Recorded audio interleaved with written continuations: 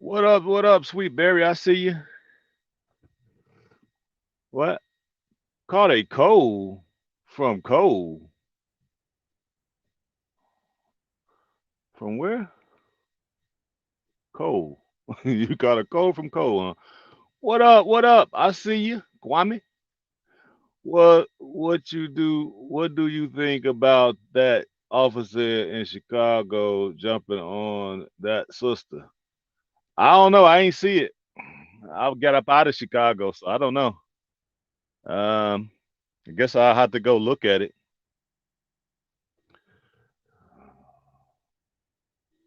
Let me put people in the chat. Copy. Uh,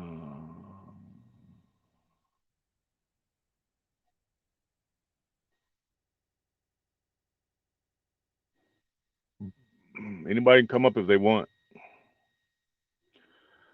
Let me change the layout. There we go. No, I ain't see it. I didn't see it. Time to go. Yeah, man. Yeah, I had a breakdown, so I'm in a loaner truck, so I've been busy, man. You caught a cold in my shoulder. Could barely move today. That's what you get. That's what you get. No, I'm just kidding. I'm just kidding. Yeah, it's time to go, man. Some of this stuff you just can't make up, people.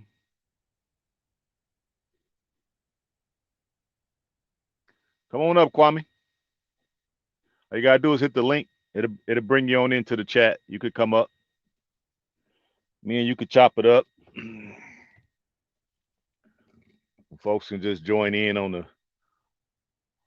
on two guys that kind of we kind of veterans now going to Africa. So hit the link and come on up.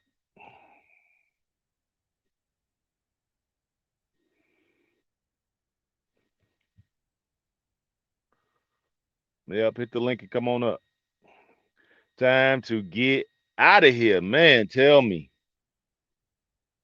That's why I say Africans, we must wake up, people.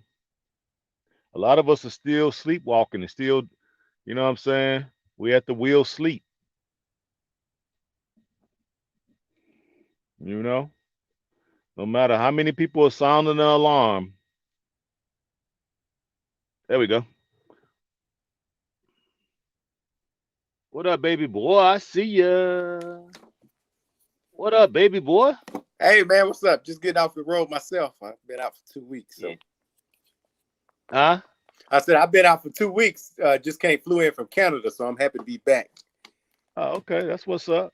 I, Yeah, my shit is down, missing a knock sensor. So they talking about it's a 4 week wait.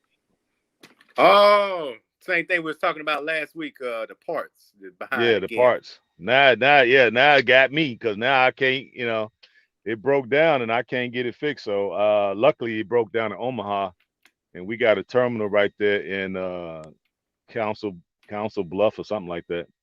And so they took me over there and I got the Freightliner 2017 Freightliner. So into the meantime, in between time, so at least I can keep on rolling. Yeah, so these are situations right here that just make me wanna. I wanted to stay and plan out my business stuff for like a month or so, but I'm just like, man, I got to get out of here for the time being because if things like that getting backed up, it's just no reason. Nothing's moving, nothing's shaking economically. So I'm like, I got to get out of here. I asked one of the salesmen there at the KW dealership because they got their ear to the ground. So I say, man, I mean, I got my conspiracy theorists, opinions, but you Mhm. tell me what you all are figuring out.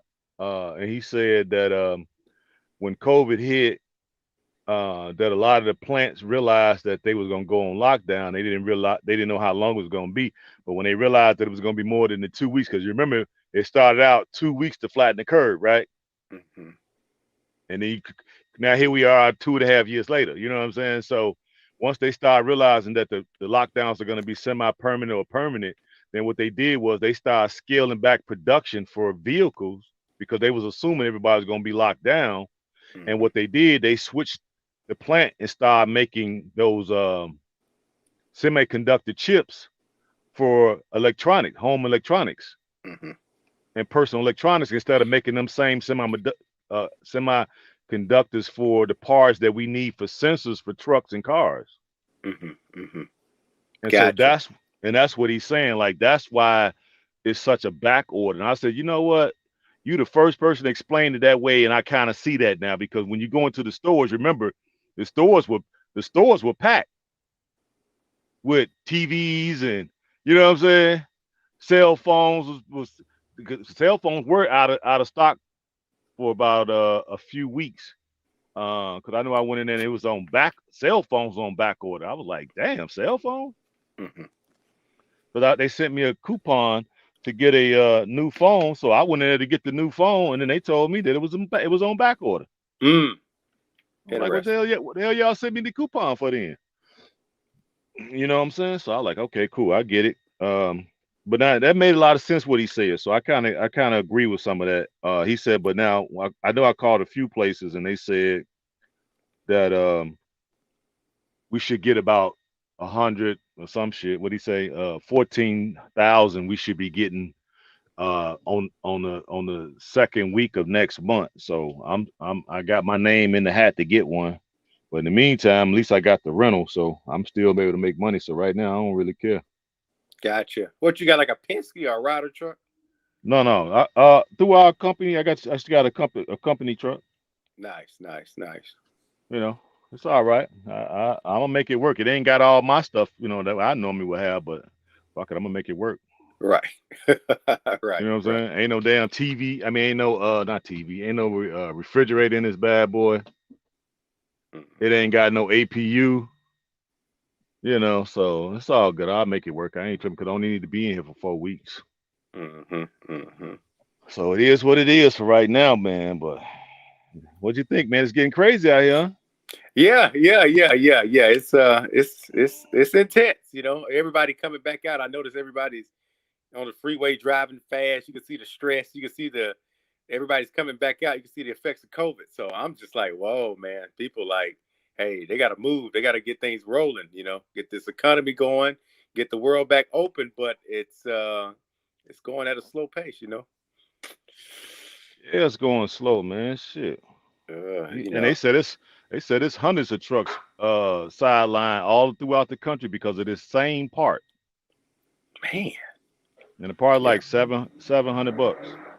Yeah, yeah, and it's 15,000 new trucks sitting down Yeah, in Mexico.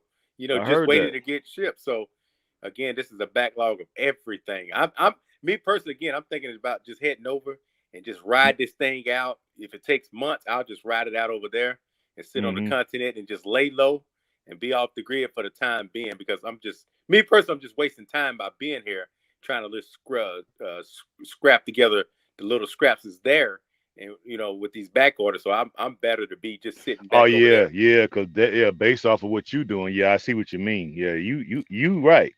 Yeah. I agree with you 100% because maybe if you was over here on my industry, mine is, shit, we got too many loads, I can't even keep up. All right. Right. Right. Yeah. But in your Exactly. case, yeah, you're right because if they ain't got those parts, ain't nobody, because ain't no sales really jumping off. So what you Nope. delivering? You know what I'm saying? Right. Right. Damn, Yeah. you right. I ain't even think about that. Yeah. It's a trickle effect. I ain't even think about. I just thought about. Hey, it just hit me just as you were saying. They're like, damn, I ain't even think about that. But cause I saw one couple delivering some yesterday Hmm. um to that same dealership. They were delivering one truck or whatever. But Hmm. hell, they had shit sitting out there. They had hundreds of trucks in the back, Hmm. Hmm. ain't going nowhere. So I'm just like, well, it is what it is. We Right. think about creepy old man with the talking about our patience is wearing thin, uh and you people who are unvaccinated are the problem. Is that Biden? Yeah, creepy old man. That's what I call him. Oh man, I see his clips here and there, but I noticed that he's like you said, creepy old man. He's suffering from what do you call that memory? When you get older, you get the Yeah, memory it's loss. like he like yeah, what is that? Dementia. Yeah, man. When I'm watching his body movements and his mental state, it's like yeah, something's going on with him mentally. Uh, I believe by observation and then Yeah. watching Trump, the clip of Trump today. Yeah, Trump, I saw that clip of Trump today too. what they asked him in the fire department, and they asked him what he's going to run again. He said, "I think you guys will be pleased," and I won't be shocked if he run again and win. Yeah, he gonna run. Yeah, yeah, He yeah, gonna run. yeah. He gonna run. And he gonna like you said, and he gonna win. This time he gonna get 100 million votes. It's gonna be too hard for them to cheat this time. Yeah, and I'll be long gone, and I know you will be too, or in a position to be gone. Well, I'll be back and forth. Cause if he win, we can slide back now. Cause shit, he gonna put everything on pause. Uh-huh. So Uh-huh. we'll have 4 years of pause. I'm good with that. I could go over there now with like a couple 100,000. You dig? Yeah, We yeah. can really get shit cracking. Right, right. You feel me? And just with the finance, the What up, business Digital loans, J? Go ahead. yeah, just from the financial support that he gave for small businesses, I'm pretty sure all this stimulus came from his administration. So I'm happy with that. So if you get elected again, maybe more money will come, and because again, he's a businessman, so I'm not afraid of that. If it's business, let's roll with it. You know what I'm saying? Yeah, that's what I'm talking about. That's the reason That's why I all that liked it. matters. I liked it because when people like, well, this not no personality contest for me. It's all about who's gonna come down to the bottom line. See, we in business, so we think like businessmen. People like, Mm-hmm. oh, that's what the Republicans and this and that. Man, I'm thinking like a businessman. All right. Mm-hmm. That's what True. I'm doing. I need them tax breaks. You know what I'm Mm-hmm. saying? I don't want to be giving these people all this fucking money for what? True. That money should be coming. That they should be able to give me that money back so I could get new tires. I'm gonna spend the money in the economy anyway. I'm gonna get new tires. I'm gonna get instead of getting regular oil, I'm gonna get synthetic. I'm gonna get the real good wiper blades, the motherfuckers that cost like $65 a piece, Right. instead of the ones that cost 12. Right. Hey, you're participating in the economy. I mean, Exactly. the corporation needs us to participate in order to function. So when you're participating in the economy, you get benefits to it. So I'm a proud participant. I'm not Yeah, I ashamed of am that. too. Yeah. I'm not either. I'm not either. And then instead of me going there and to say, okay, I'm just gonna get $100 worth of gas, I go on and fill it up. Because Yeah. under him, you can attest to this. Under him, before he got out of office, how cheap was diesel? I mean, I saw it go down to two something, Yeah, 250. it was like under at right before he got out of office. The last time I remember, it was like $1.98, It did reach that. Yeah, yeah, yeah. and I was filling up. Mm-hmm. Now, hell, when I go to the gas station, okay, my tanks will take 150 gallons. Mm-hmm. When I go there now, all I put in is 100 gallons. That's it. Mm-hmm. Mm-hmm. Because I'm trying to get. And why am I doing that? Because I'm trying to pass through certain states, and I got the little map. I mean, I got the little the apps on my phone, For the and then cost of the diesel. Yeah. yeah, so I can chart my route, and so I find out where's the cheapest diesel at along the route, and then I just put just enough in here to get to that, and then when I get over there, I'll fill up. Mm-hmm. Smart. Like, why do I gotta do all that extra shit? Right. when when the diesel was like under $2, which was great, because we was loving that. Right. Right. And the regular petrol was cheap. Right. Smooth Frequency said that you're gonna put in for the religious exemption. Well, yeah, we Muslims, so we can put in for it too. But this shit is unconstitutional. Mm. He can't legislate from the White House. That's not his fucking role. That's why he had to try to do it with executive order. That shit is unconstitutional. So sad. What's going on, brothers, with the shipping? I had to wait 6 to 9 months for my Carlton double wide home. The parts are shipped to Alabama Manufacturers Center Mini. Oh, they had COVID. Well, shit. If they had COVID, then shit. I guess they had to shut that bitch down. Mm. I hope. What is that? I hope B really going through something that what was left with his mouth, something is used. Aren't you able to write off a lot of the? Yeah, of course. I'm able to write it off, but shit, I want to be able to. If everything is high, okay, it's gonna make things. It kind of makes you tight with your money. You know what I mean? That's what I'm saying. Like if things are really high, which they are now, it makes you tight with your money. Even though you get a chance to write it off, you still got to pay that money up front, right or wrong. Right, right. I still, Your bottom end take home is lower, yeah, even though you get these write offs and you get per diem per day, and you write off your maintenance and things like that. Your bottom line coming home weekly or monthly or yearly is going to be dramatically lower. So you take a hit yeah, on that. Your net take home. exactly. Because instead of me worried about getting Michelin tires, which is to me the most expensive, right? Instead of me doing that, I might get some Goodyear Mm-hmm. because the prices are so inflated, right? Right. Because remember, when diesel go up, guess what else go up? Freight Every goes other, up. yeah, every goddamn thing go up. It's all interconnected. Yeah. So when the diesel prices go up, so does everything else. So we're paying through the nose all around the board. What up, Mr. Lawson? I see you. So Man, this we shit is so we you would say we consider us being in definitely in high inflation times. yes, Mm-hmm. yes. The route they going, hell yeah. Whew. Because I can't see how we gonna get out of it. Now, like luckily, like I said, I'm in an industry where I probably still can work through if they don't fuck it up. Cause they gonna they gonna take a beating for the midterms. Them Dems, they gonna take a beating for the midterms. Mm-hmm. They don't turn this shit around in the next couple months, which I doubt they gonna do because they trying to wreck it on purpose. I get it. But they gonna definitely take a bath for the midterms. And when they get voted out and they gonna lose seats, I predict by listening to a few guys out here, I predict that they're gonna lose at least 8 seats, which is significant. And then they're gonna lose a few of these governorships too. And I'm hoping they lose not Florida, California. Get that jump out of there. What's his name? Gruesome Mm-hmm. Newsom. Call that motherfucker Gruesome Newsom. Get his ass out of office and get my man Elder in there. Cause he ain't for that mess. That's all I'm talking about. I want to see somebody different over there. You seen they throwing shit at they throw stuff at him the other day?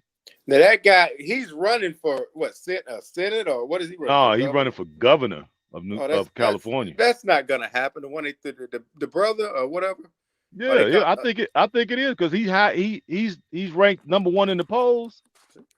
They got a couple more days before they vote, and it was over 2 million signatures for a recall on the governorship. So yeah, that shit like it's finna happen, bro.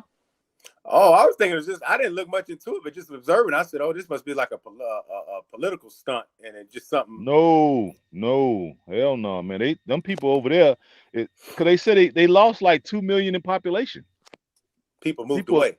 moved out, so they like shit. So they got a thing in the law over there in California. If a politician is not doing their job, they can recall you. So they got the governor up for recall. This shit is serious. Is he And they considered people? They when it was protesting out there throwing stuff, they were saying that he was basically no, like a Sambo. Is he a Sambo Negro? no, He's no, not. no. Mm-mm. I like Whoa. it. Okay. I like Elder. That's the reason why they don't want him in there. See, and people who was throwing shit at him was white folks. Some Oh, shit. Yeah, some shit serious. White folks throwing shit at you. right. But it was a brother at the end of the video. I just again, it's something I got to look into. I don't want to speak on something I Now don't. But that no, brother was a Sam because he like, what are you gonna do for? Well, what is Newsom doing for California? that's what I was thinking. I was saying, well, he's saying a Sambo and he talking like he know what he means, so he must be a Sambo. I just assume because I don't know the governor, Yeah, the one that's running. I never heard of yeah, him. Interesting. I'm gonna look into that tomorrow. yeah. That Mark there is the one. Remember, they had the worst lockdown over anybody in the country. Okay. Mm-hmm. So people was tired of that shit. So that's why they recalled his ass. They're like, all right, cool, we gonna recall it. All they needed was, I forgot how many signatures they need, but they got well more than enough than they needed. And if he wins, will he be the first ever I governor? don't know. That's a good question. I'm not even sure. Yeah, of California. That's because that definitely. I don't remember that in my time. That's Yeah, it's that's always been blue state. Yeah, I don't think Elder will be voted for the governor. I'll see soon. Yeah, we'll know in a couple of days. But right now he high in the polls. I would like him to do it because he would definitely change shit. It is a good time to get into the transportation business with all these shipping problems at the part. Yeah, exactly. If you got in now and get in the right industry, you'll be good. Yeah, the Democrats gotta go. Let me see anybody else. Yeah, I read all the rest. Yep, because man, shit, these people they destined to fuck this shit up, and this motherfucker know he can't mandate no motherfucking shit from the fucking White House. That ain't how shit go. This shit is it's gonna definitely get struck down. It shouldn't even go to the Supreme Court because man, shit, you can't do that. See, I think what they're baking on, I think it's a twofold process of what he's trying to do. One, he trying to get the news cycle, right, of Afghanistan off the front page and out of everybody's mouth. That's one thing he's trying to do. And then the fact, if he do the mandate, that it automatically shift to that. And we probably ain't going to worry about because now people who don't want to take the jab, which is like 150 million people haven't taken it. mm-hmm. So if you shift to that, then you successfully got everybody off of Afghanistan, and now it's all about the jab. Mm-hmm. That's what it's really about. Because really, that Afghanistan should sink his presidency. Mm. Yep, masquerading. Sure is. He got to go. Get the hell up out of Dodge. Let me see. Sweetberry said California is a red state masquerading as a blue state. Exactly. I think they be cheating, just like they cheating. I think they be cheating in Illinois as well. How do you keep voting in crooks? Election after election. It don't even make sense. How do you vote out of like 17 fucking election cycles? Every last one of them was a crook. How is that possible, man? Why we can't? So you mean tell me out of 17 voting cycles, we couldn't vote nobody in there to do something good? If that's the case, we need to go to Las Vegas. What the games are played. Exactly. Exactly. We'll win some motherfucking money. Shit, how the fuck we don't get nobody good in 17 motherfucking, you know what I'm saying? Shit, elections. This shit is crazy. Every person we get turns into a tyrant. So I'm suspect now. I'm starting to think like, you know what? We never really questioned this, the voting machines and all that shit. But I'm convinced that somewhere some what they call it funny math is taking place. Mm-hmm. Mm-hmm. Gotta be. And then as soon as they get in there, they start doing everything opposite of what the people actually want. Mm-hmm. Mm-hmm. And the shit is against the people. Everything they do, like we're telling them, hey, open up the schools. They get in there and guess what they do? Close more schools. Mm-hmm. What? We tell them go in there, hey, we need what was that? I forgot what they was putting tax on soda pop. Man, the public went crazy. Supposed to have been an extra 12 cents on every can of soda in the whole Cook County area, which is gonna bring them in, multi millions of dollars on that extra tax. So what the store owners was gonna do was just add that tax on, just add it. You know how it go. Pass the buck on. And shit, the people went fucking berserk. And so they had to repeal that shit. So they said, okay, cool. They turn around and put a tax on bags. So now when you go into a store and you get like 6 or 7 items and you want to put it in a bag, those bags are no longer free. You got to pay 7 cents per bag. Mm-hmm. All that extra money because you know damn well. And here's the thing: the bags are still. It ain't like okay, We're gonna take the 7 cent for the bag, and we're gonna set up these recycling bins all throughout the city, and we're gonna recycle the bags. That ain't what they doing. They just taking the 7 cent. The bag's still going into the landfill. Mm-hmm, mm-hmm. Hey, you can't make this shit up, dude. This the way it looks is that this is a world. This is a worldwide phenomenon with this. All the people of the world is basically saying they want change, and they've been doing this for over a decade now, protesting. Look at what's going on in let's go to the continent, Guinea, with the coup. Yeah, Guinea. People are saying, look, we tired of these dictators and all these political leaders. We vote you in. We want you. This is what we want to be free. We want rights. We want stability. We want an economy. We want things that every human wants on the earth. So Right. everybody's rebelling against any type of I guess you call it, want to say dictatorship or whatever you want to call it. That mentality, and that's worldwide, not just in the States, but people are frustrated everywhere. They want they want it to be for the people by the people, right? And That's what it's supposed to be, yeah. Until they you get know, their ass in office, then all of a sudden they switch that shit right on up. yeah. And no matter Arnold how much, Schwarzenegger was the last Republican governor of California, yeah, but he was compromised. I ain't really like what he was doing. Chaos and confusion, that's all Democrats know. That's yeah, exact. Go ahead. now I said, no matter how much force you bring, this is a good point. No matter how much force you bring, how many protests happen, how many thousands or millions of people protest all over the country, they don't change anything. What is that basically saying? These people are stern in what they believe in. They believe in their little matrix system, and conforming to whatever when they get elected. And that Yeah, if millions of hmm people can't make them change, I don't know what will. I know what to make them change. I ain't gonna buy their feet. That's what you. You already know. I know what to make them change. You said put some brute force on them, they'll change then, right? I say bust they motherfucking shit to the white meat. That's what I say. Yeah, Shit. but I but bet but we you I know, bet we get some change then. you gonna get changed. But the thing is, they got so many barriers you can't get close to these people. They got so Yeah, many. we got like my man said, we're gonna have to run up in that motherfucker 700,000, 800,000. Full I bet we throttle, I bet you could be touched then. huh? Going that motherfucker a million deep. Let's say you stop a million people. But just like the protest, they're gonna bring out the National Guard. They're gonna bring out That's cool. all. Bring the guard out. Bring the guard out. We bust they shit too. You either got a choice. It's like, do you see what they did in France? Did you see that?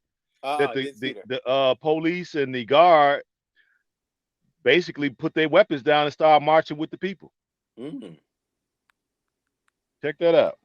That shit was a gotcha. decent. That shit was a decent scene because the guard and the police and all they family being affected by this shit. Uh-huh. Hmm. But see, the American people, they believe in their government. They always have. So to rebel against the government, they've been conditioned for centuries to believe in what the government says. The government protects them. The government provides for them. They believe in their ideology. So for them to rebel, that would be a miracle. You know what I'm saying? Because their loyalty lies with the government, and so for that to happen, they have all trust in the government. So that's not going to happen. And then a lot of people, you have millions employed, and they're employed by the government and different corporations. So they definitely not going to rebel. So to have them rebel, you're going to have to give them some type of incentive, major incentive. Yeah, see and you're right. That's that corporate welfare that they have. That's why they hire so many to put them on the payroll because they need them as basically a buffer, so the people won't get in that ass. Yeah, that's it. That's Yeah. why so many fucking bureaucracies and so many people throughout the country with all these. Because me and you both know when we drive them down the road, you see a whole bunch of vehicles talking about U.S. government official cars, Yeah. right? Yeah. They got so many motherfucking cars and so many people, all these damn agencies and bureaucracy. We don't need all this shit. Right. Right. And what are Right. they really giving us in exchange for all the fucking tax money that they're taking from us? Right. Nothing. Right. Nothing. I don't see what we really getting in. If you're gonna have a government this fucking size, this big, bigger than most small cities, what are we getting for all this? Mm-hmm. Mm-hmm. Shit rammed down our throat. The economy fucked up. Inflation crazy. We got all these supply chain fucked up. Taxes high as hell. Man, I'm like, you know what? I'm just waiting because Yeah. eventually, because if he was able to really pull this shit off, a lot of folks would be losing their jobs. Now let's see what you do. Let's see if you still like the government now with you out of work. Mm-hmm. Oh, they felt that with COVID. They was like, hold on a second. The reality here, and that's when people woke up for a split second. Like, hold on a second. This is what's going on. The world looks like this, like the movie Matrix. And so you seen Yeah, a glimpse of that. But when things started to open, they went back to their comfort zone. They was getting there during the yeah, they shutdown. were. They were waking up, but again, they come back. Daddy provides. Daddy gives them their welfare back, Yeah, their they open it employment. back. Yeah, they open it back Woo. up for a minute. Let And everybody come on back outside. oh Yeah, yeah, all right, y'all can come outside now, yeah. And so but they go don't. right But back. we want y'all to be back in by the time the street lights come on. Yep. Shit. Yep. That is shit is crazy. Now they don't know what to. That's why I said, man, we gotta definitely speed up. Me and you were talking a week or so when I was back on my way back, and we were Mm-hmm. saying like, man, it's time to shit go over there and just get whatever we can built, and at least that way, if shit hit the fan for real, we can just get on up out of here, and we got a place to stay. Right. Right. Right. Like I said, I I couldn't. don't need I no couldn't whole lot imagine. of shit. Right. I couldn't imagine not have not have been not have going or been to the continent when I did go because it's given me a glimpse of what the other side of the world looks like, and I do have a place of refuge. If I didn't have that right now, I'd be stressed and Yeah, worried and running around in circles like a chicken with my head cut off because I don't know anything else. I don't have any options. But being that I know that I have a place to go to, and I yeah, have relationships, connections, I'm okay. Because I know at any split second I can leave and I'm fine. I can get off that plane and I know where to go. I know which direction to go. I know who to call. So that's you can't put a value on that, and I love that no, feeling. And I'm no, glad I'm glad that those thoughts were embedded in my mind 10 years ago to go because it's a good feeling to know. Because if I didn't, then I would have to start right now, and this would not be a good time. So I'm grateful. I'm grateful. I'm I'm grateful. grateful too. And if everybody know in the chat, I've always said how grateful I am. Y'all can't say I haven't been saying it. Now you hear this brother saying the same thing that we're grateful that we did have the funds. Thank God for trucking because Mm-hmm. it gave us the extra income that we needed so we could go over there and visit and scout out the continent, Yeah. right? Make those connections, know where to go, learn the system, learn the exchange rate, get a feel for the people, get a feel for the culture, right? See if it's Yeah. safe, not safe, okay? All those things, all those unknown, the questions, all those things, we figured out already. Mm-hmm. Mm-hmm. And you did a super. I mean, you did a super leap. I mean, going and what was your trip? Your first trip? Because 4 years ago. Yep. You know, Ghana and then first year. and you've been how many times? 8 to 10 Seven. times, seven Seven. times. That's a super leap. So you made up for what people do. It takes them 15 years to do, and you did it in that short period of time. So that's like, I mean, that speaks a lot of volume. You know what I'm saying? So you Yep. caught up very quickly, and Yeah, you're I in a did. great position, and you didn't procrastinate. You didn't wait. You know, even when we met, I said, man, I ain't met no brother like him. Strong brother. You know, alpha male. I don't meet many. It's like I've been on the journey by myself. I'm only 5'8", 195 pounds, and I'm like, am I in this journey by myself? I have to carry this weight, man. I'm a Southern boy out of Georgia. I have to carry this weight. What other brothers and sisters that we, Exactly. you What know? exactly? And so Hell yeah. so when I met you in Tanzania and we was on the trip, I said, man, here's a brother, you know, my elder that's older than me and wiser. He speaks very wise, got a good spirit. I said, where are the brothers like him at? Where did they go? You know what I'm saying? And so to meet you, I'm like, man, thank God, thank I Almighty know. God that you know, somebody's getting it. And so Yes. somebody's getting it. And I told you that when I Yes. seen you. I said, man, it feels good to be on the continent with you, man. It's just like, because I'm by myself most of the time. When I'm on the tours, it's mostly people that are older, elders, and to see somebody young and they're vibrant and seeing this new thing and an awakening to it and seeing the opportunity. I mean, that's a beautiful thing. Because I felt like I said again, I felt by myself. I'm like, man, nobody's coming. Where's the backup? Yeah, that's true. Who's That's coming? definitely true. Because if you notice too, most of the people that go on the tours with us are older than me. Man, a lot of them be like 70, man. To be Yeah. honest with you. Yeah, That's what I be telling people. yeah, They be yeah. acting like young, because somebody was saying like, "Hey man, you got to get the young folks involved." How? Right, They won't listen. right, You try to talk to them, and I've been trying to pull them in the truck, and they act like I don't want you to make. I don't want you to help me make any money. right. They're, I'm they're, like, they're, they're so caught up in the now and their world that they created, they don't know how to get out of that spider web, or they don't think they can, or they just can't see that far. And so it has to go through, they would have to go through some type of great awakening at that age, being young, especially in their 20s, to have them snap out of that reality. And sometimes, I hate to say this, sometimes it has to be something, I'm not going to say tragic, but something bad has to happen, meaning yeah, relationships, mm-hmm. breakup, divorce. It has to be something of that to A snap. accident, car Accident, accident. yeah. Yeah, In order for them to see the light, like they say, a lot of people say when they're on their deathbed, they say they seen the light. And I'm like, yeah, that's that awakening. hell yeah, So that has to happen for people to get snapped into consciousness. Um, yeah. I could attest for that. Is one question. More fortunate. I think Sierra Leone is cheaper than Senegal. We don't have to think that, bro. We know it's cheaper. that's We real. don't have to think about it. We know for a fact it's 5 or 10 times cheaper than Senegal. Senegal is right up there with America as far as expensive. Matter of fact, it's so expensive I wouldn't be going back. Yeah, I had a little fun there, but I would rather go to the Gambia if I had to pick between, because that's like right there together. So I would go to the Gambia before I go back to Senegal. Period. But yeah, I agree with you, man. Because when we met, and at that time we were really supposed, I don't know, was you set to go on the trip to the Gambia and Senegal, and it got switched, and then you came on, or how did you find out about the tour?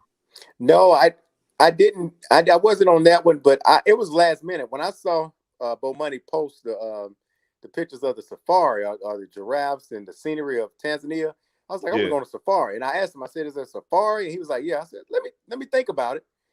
So when I seen that flyer, that's what sparked my interest because I knew nothing about it. I think, like you said, it was last minute. So when I yeah. seen it, I was like, I looked at the dates. I said, I can do that. So I called and gave him a deposit. I said, I'm in. So it was. I did it probably like 2 months prior. It was last minute. I never thought about going to Tanzania. Never knew anything about East Africa, but when I saw that, I was like, I want to go see the safari. So I was in. I was in for the trip of a lifetime just off of short-term notice and didn't even know it. Usually when I take a trip, Hmm. I buy a travel guide, whatever country I'm going to, and I kind of Okay. study it. With Tanzania, I didn't pick up nothing. I didn't know nothing about no languages, what they speak, the flag, the history of the country. So that's what I think made it better because it was spontaneous. It was last minute. And yeah, you didn't have no preconceived notions because you were just No. along for the ride. Yeah, yeah. And I wasn't nervous. I wasn't worried because again, preconceived notions. There's no letdowns because I don't have any expectations. So that's what made Exactly. it better. And matter of fact, that was good. That was a I good did. good Hey, trip. and actually, I did the same thing. I didn't look at nothing at the country either. We both were doing the same thing because I didn't read nothing, and I didn't even read the book that Bo Money gave us. You know, the little booklet that he always give Me out. either. I didn't read that shit until the Uh-uh. day we was getting ready to go do something Right. Right. True. because I wanted to just because the main thing was I was set to go in 2020 in I think April. We were supposed to have been going to Senegal and the Gambia. Mm-hmm. But then of course COVID hit and it shut that trip down. So we got another date. I think it was in like end of June from April. That date got pushed back to August. It got pushed back again. So Money just said, fuck it, you know. And then Mm-hmm. the following year, I mean, yeah, later that year, we end up saying, you know what, how about we just switch it from those two countries to go to Tanzania because Tanzania is still open and they ain't got no COVID restriction, ain't no mask wearing, and if you remember, wasn't no mask wearing, and it wasn't no COVID exams and no quarantine. Right. That's what I enjoyed about that. It wasn't no pressure there. When we got off the plane, we went through immigration, they didn't even ask. I said, "You need a test?"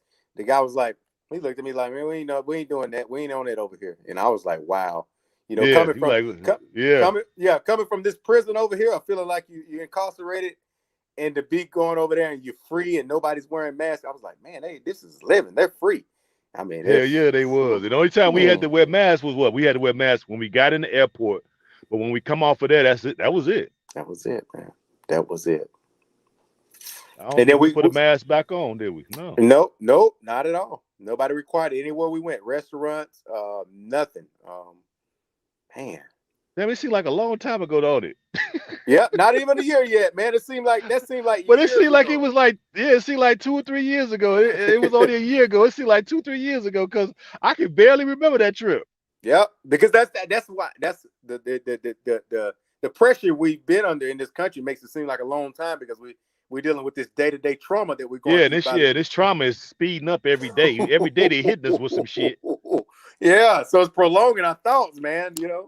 Woo, But that was a good relief, man. I sat there and watched the people. I remember, well, a lady on our tour, she said, I remember she said under her breath, and I don't think many people heard it. She was like, man, this, she was like, our people over here, they free, because you get to Yeah, see our people walk around, like to see black people free, like you free in your own land. I even look like you, right? The way people walked, and they walked on the beach, they're riding boats and stuff, and I'm like, man, this is black people actually living free. I said, man, I wish I could live like that. That's the thoughts that kept going through my head, like hmm, I want to be like that, man. I want to be like that. And I know I'll get there, but it's like that's something that you cannot buy, is that freedom. I don't care if you're P. Diddy, I don't care if you're Jay-Z with millions of dollars. If you're not living like that in your own land, you're not free, man. Because no, freedom has a certain look to it. It has a certain swagger.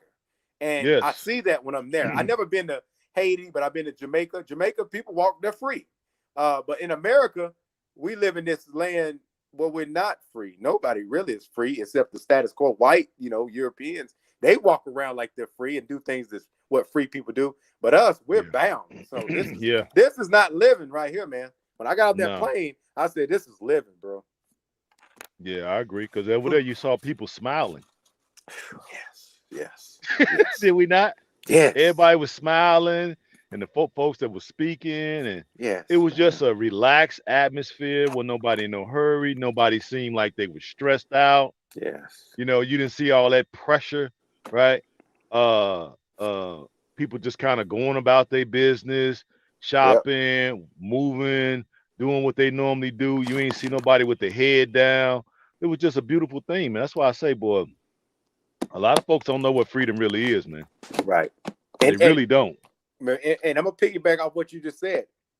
A lot of people don't know what it feels like and looks like, and that's the reason why we don't rebel. Because once you see what freedom looks like, just like in Afghanistan, what's going on, those people Yes, have tasted freedom their whole life, and so they are willing to sacrifice everything in order for that not to be taken away. And that I can yes, sense that now, because by yeah, me going to the continent and seeing it for myself how I feel, I'm like, I would never let nobody take that away, because now I know how it feels. Before I did it, but now that I do, I have a feeling that's like, man, it's like, no, that's that's that's so valuable, and I wouldn't let it go for nothing. And I can only yeah, imagine once I live there permanently for a prolonged period of time, it's just going to get instilled more and more and more, because it's something new. I don't know. It's new. It's growing on me. I'm learning, going through this whole hmm, rites of passage, year after year, and I can only imagine how I will be mentally then. But man, something our You people got to think? Do see, you man. think? Do you think that the folks that's here? Do you think a lot of them will be able to really go there and appreciate the freedom? It's going to be like a Vietnam veteran coming, or somebody in a war zone coming out of war, that's been in war for 5 years straight. And so they're going to be hostile. They're going to be uptight. They're going to be intense. So can they enjoy it like that? Not in the beginning, because the trauma prevents you from really being free mentally, because we've always been under pressure in this country. So to go there and say that they can do that, it's a slight chance, because you're dealing with mental trauma subconsciously that you don't know that you have. So that would take time. That's gonna be over a period of time, but not the first time. First time is going to be like unlocking the mind and giving you a vision of what it is, what people look like you, what it looks like to be free. That's the first time. And then you're gonna have to keep going over and over, just like you done, over and over and over. Even though your mind was liberated, that's the easy part for you. You've been liberated since you were a teenager. So it's easier for you. But most people are not liberated in their minds. So it's gonna take, several trips to unlock it. Unlock that stance and what they see and what they visualize and how they feel, because it's a new experience. It's a learning experience. So it's a rite of passage. You got to start over new. So no, the first time, no, it's not going to be like that. When I went the first time, speaking for myself, I mean, this is 10 years ago, and I was 29, and being that I never left the country, it was really tough for me because I'm seeing something that I don't know, it's new. So I went through a psychological culture shock. When I got there, I was like, whoa, I ain't seen how people like this, and women acting the way they did, and nice and feminine, and men saying, hey, here's your wife, this is my daughter, my daughter, take her with you, just joking. Yeah. For somebody to say that, I've never been offered that in the States. So that was new to me. I'm like, what? So people smiling and greeting me, and I got tears in my eyes one time, and I had to go back to the bus. I'm like, hold on a second. People are genuinely nice. They're not trying to shy me or get over on me. So, so it twisted my mind up, bro. I'm like, when I got back to the States, it took me like about 3 months to get psychologically, because I went through a culture shock, like a depression, a good depression, because I realized what I seen over there was freedom, and what I missed out on, I realized it, and it kind of it hurt a lot.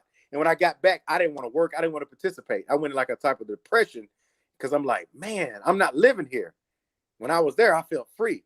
So it took me a while to get back acclimated and get my mind back straight. And when I got my mind back straight, it took about another year for me to say, you know what, it's time to go back. I want to go back and see what I saw, to reconfirm what I experienced and what I felt is real and genuine. And that wasn't just like some tourism stuff. And when I went back again the second time, I went on a tour again. I was like, oh, this is real. And it got better. And it grew on me more and more. And I was like, whoa, this is where I need to be. And that's why I went back 2019 on a solo trip. And I was like, yeah, this is it. I'm on my own time. I'm on my own schedule. And I was like, yeah, this is real. This is organic. Yeah. I agree with you, because the reason why I asked is because you know how, if you've seen any of those like pet shows where these vets will go out to places and like abandoned buildings, somebody will call me like, oh, I hear a dog in this abandoned building. So they got like these teams of people that go out to like rescue those animals. And let's say somebody had tied an animal up to like a radiator or to a pole or something inside, or to the doorknob inside of a house, and the dog has been in there for a long ass time, no food, no water, no interaction. Right. And when they go in there, how does that dog behave? He's reserved. If you No, want he's to, he's probably he's scared. Yeah, exactly. He's Yeah. aggressive. He's aggressive, so he show his teeth, and he hunches back up, and he try to make himself bigger than what he really is. And then when you try to reach for him, he snap, and he growl, and he make all this noise, and he really want freedom, but he been locked up and chained down and isolated for so long. It's like he can't believe some people here to rescue him. Right. Yeah. You know what I'm saying? So then when they finally, wait till he go to sleep or something, or they give him something, sedate him or whatever, and then they cut that chain so he could get free. And as soon as they cut that chain, he could just run. He could make a break for it. But guess what? He don't. He stay right there with his tail between his legs, right? And he won't move. Because now, even though he's free now, he been locked up and locked down so long and didn't have no interaction with anybody, that now that he's free, he doesn't even want to run. Right. He don't even want to make a run for it. It's that conditioning and subconscious mind. They can't, being locked in a closed environment, you can resist it, but subconsciously the mind is gonna gonna be conditioned, and it's gonna Yes. take time for that mind to be healed. For Yep. example, when a person goes to prison for a long period of time, like I got a buddy of mine, he just did 20 years, he got out. I'm observing him day to day because he stays, across the room from me. And Yeah. I'm observing him just for a study, like a case study, rather less. And what I realized about him is that he's been there 20 years and he's trying to get out in the world and, do what he needs to do to progress like a regular citizen. But what he's realizing is that subconsciously, he doesn't realize, but subconsciously, when I watch him, he's trying, but you can't speed up. You can't do what you want to do because subconsciously, your mind has been damaged from that prolonged time that you spent in prison. So you have to Mm-hmm. go be reacclimated and take it step by step, because you've missed out on so much and your mind has been damaged. And that's what we're dealing with here. We have to recognize the damage, confess the damage, and really look at it from a medical standpoint, and then heal from there. But Mm-hmm. if you don't do that, then it's not going to work. It's going to be gaps. Yeah. And that's what we're Yeah. dealing with when people, they want to go and they want to say, okay, I want to leave right now. You're not going to be able to handle that weight when you get there. No. When you see what's going on and how people move and flow, you're going to be empty because you're an empty vessel. You have to grow and heal. That's what the healing comes from. Healing. Mm-hmm. Healing is a process. It's not months. It's not a year. It's years. And we all have to go through it. Healing. Yeah, because I think in order to throw off all of this conditioning that we have from these divided snakes, Yeah. you really you either got to have a very strong mind, Yeah. right? Very, very strong mind, right? And then you need to be able to interact with people to the degree where you can get things done. It's like me, I'm good at getting stuff done. Mm-hmm. You know what I'm saying? It might take me a minute, but I can get it done. And because of that, I have no worries. Like I said, making those trips was like the easy part because I Mm-hmm. realized somewhere, some video I caught somewhere, and it said, if you plan to make this type of move, at least go visit first at least 3 times. That's why I visit Ghana 3 times. And so Mm-hmm. I know Ghana pretty well, at least to the places that I went. Okay. So that made me feel comfortable with buying there. Now I've been to Sierra Leone twice, and I'm getting ready to go back in December to be my third trip there. So now I'm getting more acclimated to that country. Mm-hmm. You see what I'm saying? So now, and I'm making friends all over the place. People are liking me. They like what I stand for, right? Um, I'm giving them some hope because I'm saying, okay, I want to bring more brothers and sisters over so we can band together Mm-hmm. and make this place a new, a new place. Mm-hmm. New place of That's what refuge. Yeah. yes, we want to make Mm-hmm. this place a new. A We want to safe put haven. our spin on it. Yeah, this Mm-hmm. could be like this could be the jewel of West Africa. Mm-hmm. You know what I'm saying? So if it's gonna be the jewel of West Africa, then we want to be a part of that, and then of course they want to be a part of that because why? Most of these countries have been what on they've been stifled on purpose. Mm-hmm. Blackballed. Yeah. Yeah, Embargoed. Yeah. Haiti, all our places, Mm-hmm. right?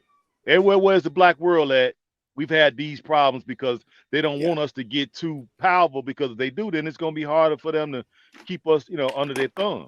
Right. So that's why I like it like this, where we can just go over as individuals, right? There's no particular movement, Right. right? Just us individuals with like minds. We have the spirit flowing through us, and we liking that, right? Right. And so we just deciding to just up and lead. There's no particular movement. And that is what I'm really liking out of this. So Right. maybe, but my problem only is like if you notice when we went to Tanzania, it was African Americans that was living there, right? Right. But did we? How many of them did we see? Maybe 10 to 15 And where did we see them at? at a restaurant in And have out we? in Dar es Salaam. Yeah. Now, if we hadn't went to that restaurant, how many had you? How many you think you would have saw? None. See what I'm saying? Right. And so the reason why I bring that up is if we come from America, we all have that trauma, right? Mm-hmm.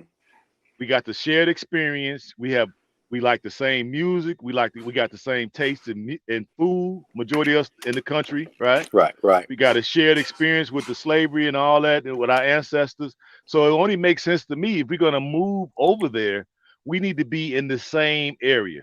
Would you right. agree? Yeah, I agree. I agree. That's why I became part of the community. I said I want to be. Me too.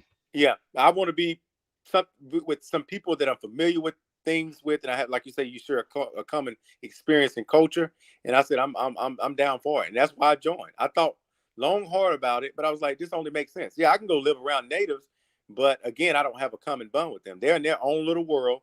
They're friendly Yes. people, but they're in their own little world. They eat their certain type of foods. They have certain type of conversations. They speak their indigenous language. It's like I need to be with my tribe and working from there. That's the shared experience, and that way we can fulfill our purpose and what we was given from our ancestors on in this part of the world. So I think that's a beautiful choice to make that choice. I know you have people that choose. Like there was one brother, I think you probably heard a couple of days ago, Go Black made a video that passed away. He Yeah, chose. I knew that brother. You knew that, brother. Okay. From what I Yeah. heard, he chose to go instead of being part of the community or I guess waiting. He chose to go and build his property off somewhere solo. Yeah, That he did. that shows. I'm not saying he wasn't successful, but if he was part of a community or when people are, it makes things much more easier. Like we're doing with Black Star, you got all your resources, you're building relationships. So for me, I'm not trying to do nothing solo. It doesn't make sense. I want to be part of the tribe that Me comes from either. this part of the world, Look, and me and either. yeah, and two, you can get both worlds. You can be with the locals, and then you can be with the Yes. people from your from our part of the world. You get both sides of the world. Nobody's stopping anybody from being with one particular group. No. You could be versatile as you want to be. Yes. And that's the beautiful Exactly. thing of it all. You know what I'm saying? But me, I'm not going to no continent by myself, trying to do things by myself. Only if I had to, but I don't because there's hundreds and thousands of people that are on the same mission. So why not join up with them? You know? Exactly. Because that brother, brother Yanobi, I've sat with him, me, him, and Go Black. We used to sit at the table at breakfast and eat breakfast and chop it up because he was Mm, from Cleveland. And we talking. And I remember talking to him about that.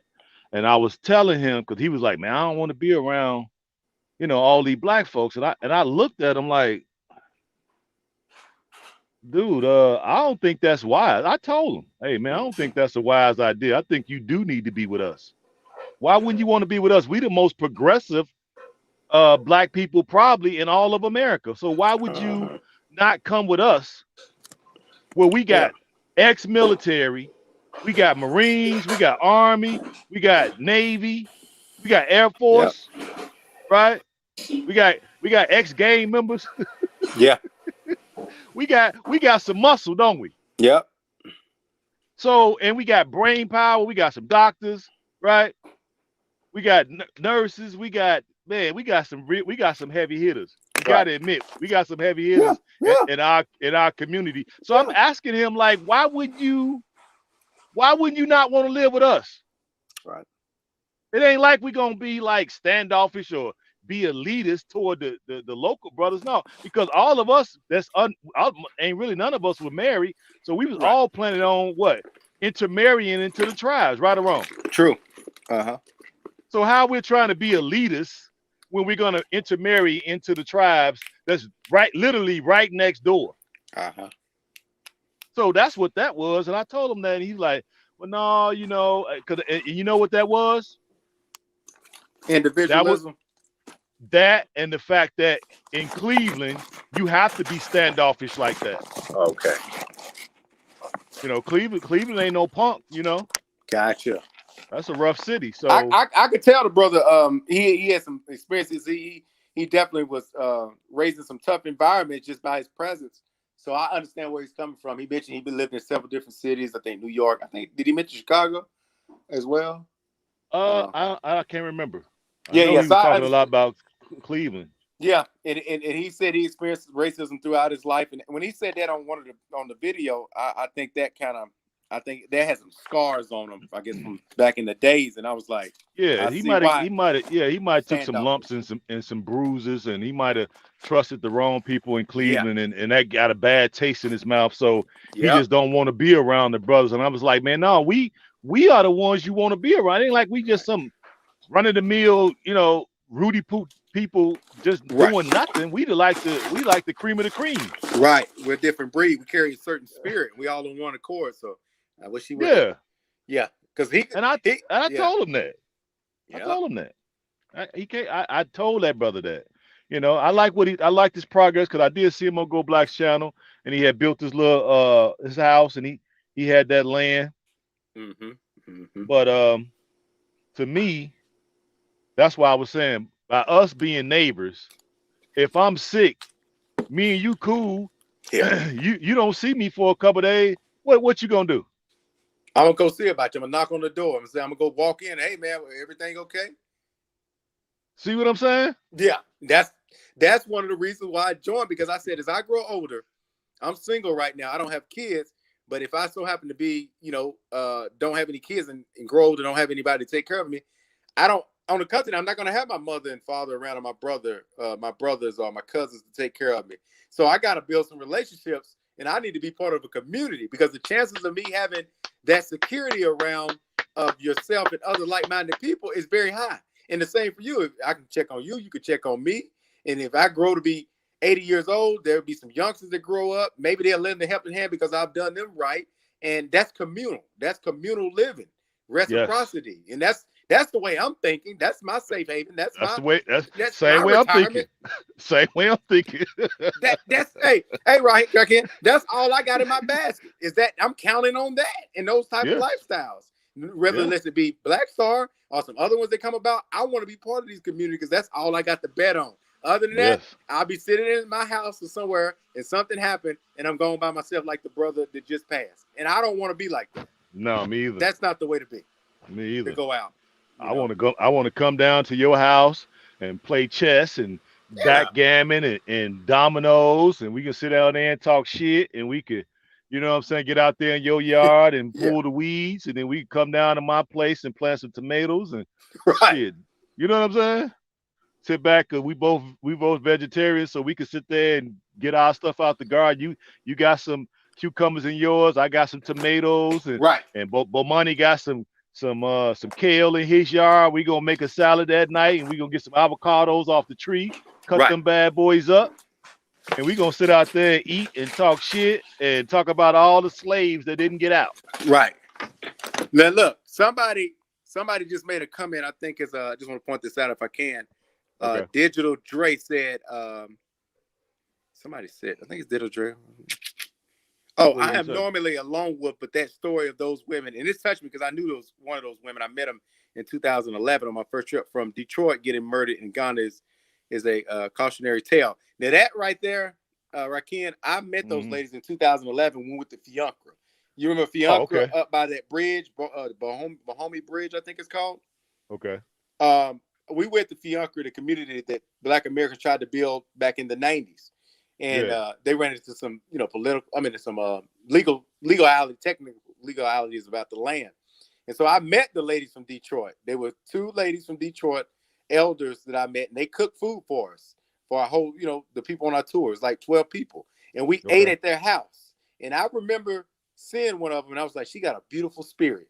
And then come to find out, I was told by Bo Money that they had been murdered about what a year or 2 years later, and I was like, Yeah. you are kidding me. So I met those ladies that they just mentioned right here, the ones that got murdered, and how that actually happened is that during the land dispute, something about the stool and the whole thing, they take that seriously there. Yeah, they do. And the chiefs, there's some battles between the chiefs or whatever and the people at Fiancra. So evidently somebody had hired a 16-year-old boy to go in, and they said he broke in the house, found the ladies, hit them over the head with like some stones or whatever, and killed both of them. And they ended up arresting him. He confessed to killing them, and it was over the land. And they ended up hanging him not long after that. So Really, justice was achieved. sir. Yeah, justice was served. But again, that's like he said, lone wolf style. That doesn't work in all situations. It's better to be in a group. That way, you can show a certain type of force by vision, not necessarily doing it force by force. But at least people will say, "Hey, these It's a people are in a group." yeah, it's a deterrent. Yeah, man. It's a Yeah, deterrent because if you yeah, try to come up, See, that's the reason why. And you notice I've always talked. I mean, you've been talk. We've talked off air, and I said that didn't make sense because you're gonna go to this land. It's just because they was just them too, right? They didn't have no men with them, right? There was people around that community. I don't know if it was a lot of men, but if the men, they wasn't young men. There was a I'm age. talking about men, men for them particular ladies. No, couples. No, I don't think I didn't see anybody when I was there. Yeah, that's what from what I remember reading and what Bomani had told me. I didn't sense that they had men with them. So my thing is, if you're gonna be in these type of areas, you need to have some of us around, Yeah, even if we're not, in a intimate relationship with you. At least have some of your brothers around and be nice to the brothers. Cook a cake or some shit. Make some stew. Bring it over there. You see the guys working in the yard or something. Give them some lemonade. So if something happened, you got somebody you could. Hey, I'm having a problem. They're gonna come over there and see what the business is. right. You, But that you see that what I'm saying? situation right there, Rakim, though, Hmm. that's 1 out of 1 million that somebody would do that. Yeah, That I get that. in that particular country, because again, you don't hear about murder there You like don't. Yeah, that. you don't hear nothing. You don't hear nothing. That's why I said that shit was so odd because you Yeah. truly do not hear about nobody getting harmed over there. Now you might hear about some people getting robbed. Yeah. Yeah. You'll hear about that, but you won't hear about nobody actually getting killed. No. Right. Yeah. Beautiful ladies. Nice, man. And I don't know. That hurt right there. I'm like, I didn't even know. I met the, like I said, them one time, but that hurt. I was like, that's not right. Mm-mm. Yeah, No. it's not right. You sure right. Nah. Let's see what Dre said. Mr. Lofton, I know uh it, I know anyone can get it. Yeah, that's true. But sometimes we got to do a little bit thinking about these things. That's the reason why I'm always about we should be moving together. That's why I've taken a page from Black Star, and when I do get back to Sierra Leone to be looking for land for all of us to kind of move in. What up? What up? What up, Susan? I see you. Because for that very reason. So not only do you have a communal type of arrangement, you have these folks could be your friends, future business partners, right? If we Yeah. live together, I could actually trust you if you live next door to me or across the street from me. Yeah. You know what I'm saying? So we can bring back the business arrangement, Yeah. the communal and village mentality, right? Mm-hmm. Then you got now you can actually have true friends because we ain't got the weight of the white community on top of us. Mm-hmm. We don't have an What up? overseer. Exactly. We can actually go over there and we could talk pro-black till we blue in the face and can't nobody say shit. Yeah. Yeah. We can't. Can we do that over here? Nope. Not really. We got to watch what we say. Yep. Yep. They'll report you to you. If you say the wrong thing, I'm gonna report you to the employer. I'm gonna do this. I'm gonna got you on camera. All this kind of stuff. HR. That's right. They Yeah. go to HR on your Oh, ass. he on this pro-black stuff. He's a terrorist. Just all this shit. Yeah, he a domestic terrorist. He's the best terrorist. You know what I'm saying? he hate white folks. Yeah. He hate Ah, he wants the embetterment of his race and his society and his culture and community. But when he speaks like that, he hates white people. But exactly. okay, yeah. Yeah. We But need over to there, watch him. We need to watch him. right? They ain't gonna be on TV. They ain't gonna be walking around. They can't tell you what to do. You're the majority. Everything is at peace. There's only two. Well, there's only one place on this earth that I felt that way, and that's Africa. Yeah, Everywhere me else, too. I went to Brazil. That's a white ran country. I went to Caribbeans, and I mean it's Jamaica's close, but nothing feels like Africa. Nah. Africa is the only place right now that black people on this planet they want to go anywhere and be free. What Africa's up, the New York? last, huh? I was That's speaking to New York. Go ahead. okay. That's the last frontier. So y'all better get there while you can and get you some land and settle in, man. Because if not, you're gonna be stuck in this place or stuck somewhere else where you ain't gonna be, man. Its game is over. This is it. Yeah. This is it. Yeah. Do it. Yeah, That's that's why I it, say bro. Africans. That's why I titled it today. Africans must wake up, and I meant to say globally. We got to wake up globally. Yeah. We in a great position because we all can go back to Africa and fit in Africa with no problem. It's so fucking huge. It's Yeah. ridiculous. Yeah. And Ridiculous look, how big it is. by Uh-huh. you saying that, if you saying it's ridiculous ridiculously big. Guess who else is saying that? The Arabs are sitting there in that desert. They're in North Africa. They in the desert, and they going through all they're going through in that region of the Middle East. And guess what? They're looking for fertile land as well. So guess what they're looking to? Exactly. They're looking to Africa. Africa. You know, and Yeah. everybody else. They're like, okay, we got global warming going on over here. We got this going on over here. Oh, they're looking at Africa saying, you know what? That's some fertile land. And so it's going to be land grabbing eventually. It's going to get that way. It's going to be Yeah. land grabbing. Yeah. That's all right though. We gonna be there. We already there now, so it don't really matter. Y'all. Hey, we gonna get ours. Right. Shit, I think West Africa. One thing the reason why I went is because I knew it was strategic. I could have went to South. I could have went other places, but I chose West Africa because I felt like I said if they colonized, they went there and rampaged that thing during slavery, and they didn't settle in there. It must be something about that region that they didn't like or they couldn't withstand. And so when I went, I found that out. They couldn't withstand the malaria nor the mosquitoes. The mosquitoes played a major role why they did not settle into West Africa and why they chose to settle in South Africa. So that is an advantage. That's a protective system in West Africa to be there. And you know, many people are not going to go because they can't withstand the environment. And you know, so that's an advantage. Plus the brothers got in their ass. Mm. That's the other thing. Shit, the brothers wasn't playing them games. Cause remember, most of the ones that settled all through like Mali, Sierra Leone, Liberia, Guinea-Bissau, they came from the Mali Empire.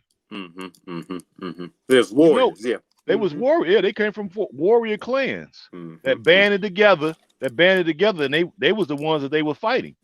So they got their ass handed to them because when you go there and look at the museums, you see brothers. The museums, oh my God, they off the chain over there. I told you they got brothers up on the hill. They got brothers on depictions on the wall of the museum.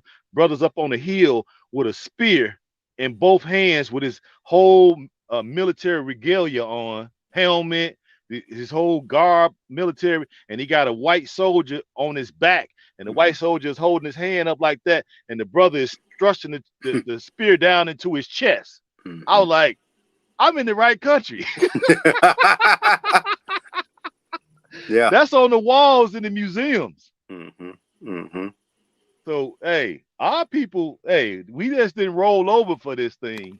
They had to really come on with it in order to subdue us. And then when you go there, you realize they still there. The brothers and sisters ain't went nowhere. Right, they ain't went nowhere. They still settled in there. Yeah, they just had so many invasions that came. Yeah, that exactly. they had to buckle down in a specific location and ride it out there because the Arabs were coming from the north, the Europeans was coming from the west and surrounded the whole continent.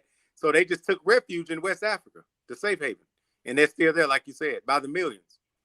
Hell yeah, they ain't going nowhere. Nah, they ain't going nowhere. That's what I'm liking about this. So, and then one thing I realized too about Sierra Leone, it's not a lot of albinoids there. You told me that, yeah. Which I was kind of surprised. I did see a few, but they seemed like they was there on business to sell some type of widget or something to somebody. But just to see folks walking around everywhere, I did not see that. I seen a few more in Ghana. It's a lot of them in the Gambia. I didn't see that many in Senegal, but I did see some. You see a lot of people from Sweden and stuff like that in Senegal. A lot of French people too. You'll see in Senegal because they speak French. You know what I mean? So, but yeah, I didn't really see too much of that when you start. And I haven't been to Liberia yet, so I plan to do that in April next year. Liberia. Michael Jackson made that song. What is that song? Liberian Girl. Liberian Girl. Yeah, Liberian Girl. Yeah, I'm sure going to check it out. Yeah. Bob Johnson over there. Bob Johnson got a hotel over there, right? Like a 5-star hotel. Yeah, I heard. But I heard he had sold. I think he sold it, and it got it got ramshacked during the war, if I recall right. Civil War. I think it's sitting vacant. I think it's sitting vacant. I saw a story on it, and it was a 5-star too, big. and they showed it and it was vacant. So they were saying that somebody need to get it and renovate it. But shit, you talking a lot of money, so I don't know. And then tourism is down everywhere. Mm-hmm. It ain't nowhere near what it was. And then they study coming out with these variants and all this shit. But if you notice over there, they ain't got those type of numbers, do they? Nope. Them numbers is in the single digits.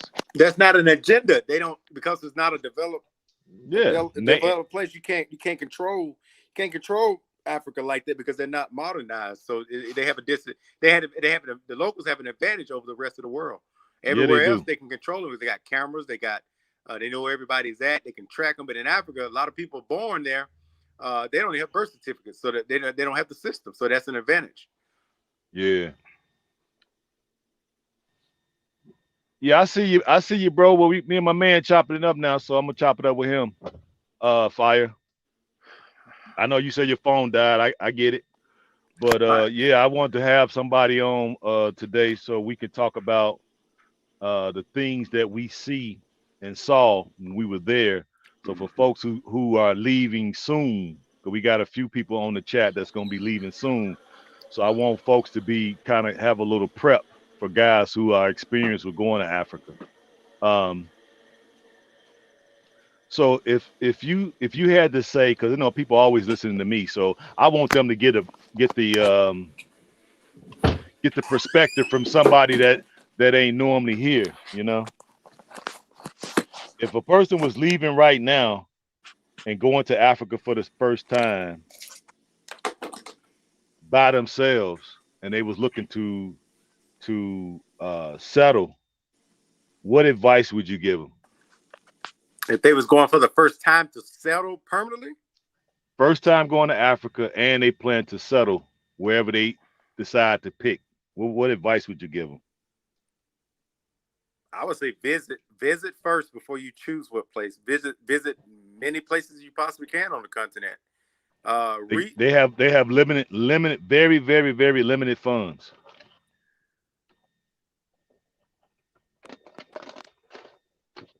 Honestly, I would say I wouldn't do it that way. That would just be my advice.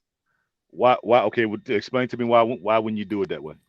If they have limited funds, and is that going to be the only funds they have, the limited amount they're coming, or do they have residual coming every month from the They states? might have they might have a little bit residual coming in, but nothing to really brag about, So could you say $1,000 a month? give or take. Yeah, I would advise them to see if the money they do have in reserves they're taking with them, if that's enough to hold them over for 6 months or to a year, and that's rent. You're gonna have to see if you need a vehicle. If you're gonna have that, gonna buy a vehicle.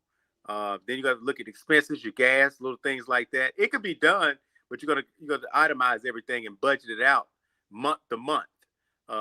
Food, those things are cheap, food and things like that. But you have to figure out your type of lifestyle that you want to live. Do you want to live low class, middle class, upper what class? up, XO? I see you. And Go ahead, talk. you're gonna have to know your budget. And then if you're settling in, you're gonna live there permanently.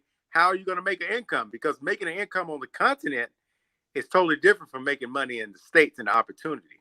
Everything on the continent is not, the government is not providing any type of educational system or any type of resources, funding, uh, books, business plans. They don't provide that in Africa. You're all on your own. You got to do everything grassroots. You got to research things, be creative. That's what it's going to take for you to make money there. But then that's going to take a while for you to build that income up because, again, you're dealing with a different type of economy. I've known people to go over there in a family and try to survive like that, and they had to end up coming back because they didn't properly plan. Now, if they would, if you have an income coming from the states, retirement or something of that sort, or you got stocks and bonds or online business or any type of business in the states, trucking, car dealer's license where you're getting a residual. If you have that money coming in and say you got 2,000 every month, then you're gonna be in a good position because $2,000 you can live middle class in Africa, in most of the countries. So I would highly advise you that. I would highly advise to plan properly. If you go half stepping and you don't plan properly, you're gonna be right back over here. Because I know myself, if I'm single and I got 3 businesses going, I have the trucking business. I've been doing that for 13 years. I just got my dealer's license, broker's license, and then I have an online business where I have called African Heritage. I'm trying to build all those up to get residual. And if I'm single, no children, and I'm still building mine, if you're going over there and you don't have your stuff together, I don't know how you're doing it. So I would say again, plan properly. That's going to be your thing if you're going that far away. Because again, you're going, depending on what part of the United States you're on. If you're on the East Coast, you're going 5,000 miles away.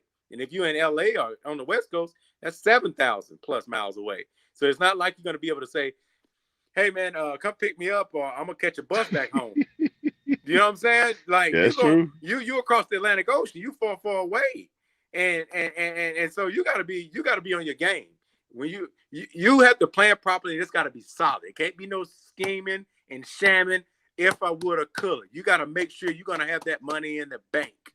You gotta make sure you got healthcare insurance, meaning that you got insurance. If something happened over there, you could be flown back, or if an emergency happened, you know hospitals where you're going. There's a whole list of things that you need, the protocols that you need to check off and research before settling in permanently. Because one mistake can have you again in a bad situation or having to come right back home. So I would say preparation, plan, network with individuals like Rakim. Ask all the questions you can. If he doesn't know it, he can ask somebody else, but ask questions, take notes, do your research, reach out to people, find out all you can, because if you don't, it's not easy. It's not going to be easy.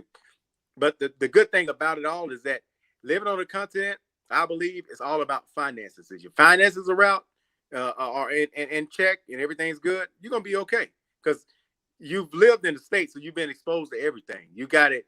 You got the education, you got the exposure, you've been through all the hardships over here dealing with people. Over there, it's going to be a paradise. You just got to get your finances in order. It really boils down to money. Get your money right, and it's not hard. There's all kind of, this is the thing I know about the Matrix. It's a corporation, it's business. It has every economic opportunity that you need to make you some money to be able to live overseas. All you got to do is just research. Barnes and Nobles are on every corner.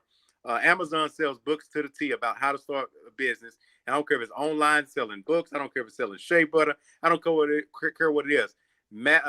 Plan, get a business plan, study it, market it, master it, become that product, and you'll be successful. Don't be afraid. Have faith. Step out.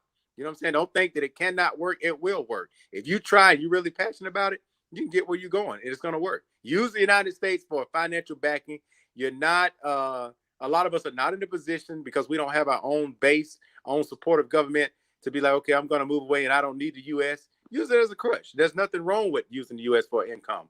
That's the privilege that we got, and we fought for it, and we do this day to day. So take advantage of it. I would say take advantage of it. Use it as a crutch and get to where you got to go and make it happen. That way you can have businesses on this side of the water and over there. I always say the world is your playground. Don't forget that. You're not just limited to anywhere on this planet. Use what you need to get, settle in Africa, and have fun. Okay, let me ask you another question. Let me read a couple of these, and another question for you. All right. Let's see. What up, XO? I see you, baby girl. But Ham, couldn't they take their savings and start a business? Yeah, but you don't want to use all your savings, because then if it doesn't work, then what? Right. Range, okay. I was able to get a round trip ticket to the Gambia through Southwest and Air Senegal. Okay. 900. That's a good price. So if you don't know anybody, you don't really know the language, Mm-hmm. you don't know the geography, Mm. um, you really don't know the true history of the nation. How can the people navigate all of the aspects of dealing with the people? They go on a tour. And, They and, go. and let's take the tour away. They don't want to go on the tour; they just want to go. They're gonna meet up. Ask. Link up with a local tour, a local person there that they can get to know, and they So can you're saying tour. like a local tour guide? Yep, local tour guide, somebody that can befriend. Because we're talking about local tour guide, it's not like you going to the islands and getting a tour guide. We're talking about somebody's going to have a personal connection with you on the continent most of the time, and you meet them when you land, and they guide you. Somebody's a trusted associate of somebody that knows somebody, and you go from there, and they'll guide you throughout the country based on your individual needs and expectations. And you have that personal relationship. I would highly prefer that if you're not doing a tour. That way you could be on your own time, own schedule, and pace yourself and get the full exposure that way. That would be a good way to go about it if you're Right. solo for the first time. It's almost like I put the words in his mouth because that's exactly what I've been telling them. Like, if you go by yourself, at least get somebody that can show you around, that's trusted. Okay. So that person can take you to the bank. That person can take you to the pharmacy. If that person look at you, he can see, okay, you've been bit by a mosquito. You look like you're coming down with the M word. Mm-hmm. I know where to take you. I could either take you to the village and get some stuff, right? Or I could take you to the pharmacy and get the medicine that you need so you can get ahead of it so you won't be so sick. uh you can ask that person, I want this particular meal for dinner. I want this, I want to sample that. They could take you to the best restaurants or the little local joints that nobody knew about, that's like off route in the Mm-hmm. back of somebody's house, and they doing stuff in it because like the Jamaicans got a restaurant in the alley Mm-hmm. over Mm-hmm. there. You know what I mean? It's probably fire, but I didn't eat out of it. It smelled pretty good, but they Mm-hmm. probably, I probably wasn't gonna eat what they make it no way. But I wouldn't have known that if I hadn't have been out there walking around through the alley. I wouldn't know they had a restaurant right there. Is what I'm saying. So, if you want certain like pastries, if you want clothes made, you want to do shopping, you also want that person to go with you and do the shopping for you. You want to be able to tell him, hey, look, tell them, hey, I want to get this, this, and this, right? Take me to where those places at, and then let the guy do the negotiating and the talking for you. And then at the end of the day, you just the money, because you're gonna better save a lot of money doing that. So at the end of the day, just turn around and take that and get the guy extra. You're already gonna be paying the guy to take you to all these places, but I will always pay them extra when they save you a lot of money when you're trying, especially when you're trying to buy trinkets and garments and beads and bracelets and sandals and all that stuff, because they're gonna get the bottom price. Where you, Mm-hmm. the minute you open up your mouth, the price is gonna triple. Mm-hmm. Right or wrong. That's true. If you're not a good negotiator, because you know me, I'm shrewd with it. I'm like, forget it. I don't want it. You know what I mean? Mm-hmm. And anything else you want, as far as books, Mm-hmm. as far as who you need to talk to, as far as like COVID, these folks can usually know somebody that works in the lab. They usually know somebody that work at the field office. Um, all the checkpoints that you're gonna notice, these folks usually know all the folks at the checkpoint. So you're gonna be able to go past them checkpoints without having to come out your pocket. Mm-hmm. So because of that, you should still be hitting hitting your guy, because more if you were just driving in a taxi, you know what I mean? Like, this is what I noticed. If you're going through these countries and you stopping at the checkpoint and you in the back, right, of the taxi, when they get to those checkpoints, they're gonna stop you because the police ain't stupid. They know that, okay, they go a taxi with a fare in the back, so they're gonna look back there at you and they may ask you a question like, where you going or something. They may ask you anything, and what they're doing is trying to figure out who are you. And the minute you open your mouth, guess what? It gives you away, right? Mm-hmm. So now all of a sudden, hey, tell the driver, hey, pull over. So they're gonna pull your car over. And all the other cars gonna be able to go right through. Mm-hmm. Your car gonna get pulled over. See, because they might need a little, soda or something. They need, they've been out there standing all day in the sun. They probably they throw this parsh, so they might need you to get them a soda or something. Some Mm-hmm. light, some light. But the guy can get you past all of that. You know what I Mm-hmm. mean? Um, if you want to like get your hair done, you can get a haircut and a shave. If you want a manicure, pedicure, if you want, these type of things, they could take you to the better places and also negotiate the price for you. eyebrows arch, all that stuff. You know what I mean? Waxings. You know, you want to go to you want to go to the dentist. All of these things is the things that they can put together for you if you're gonna just go over there on your own. But just expect to pay. Don't think that these people gonna do this stuff because I have checked into a few of these local guides in Liberia, and some of them was kind of expensive. So you probably got to shop around, but basically you get what you pay for. So I just want to put that out there for folks who are so ready to get up out of here, and you don't want to pay for the tour because your money is limited, and you want to use that money to just take you over there because yeah, a tour is not necessarily cheap, but it's not necessarily expensive as well. And then you just want to go over with what you have as far as plane ticket, and then use the rest of that money for like your accommodations. I understand. I would say uh, if you really want to work on a budget, because that's what we're talking about, go to the markets.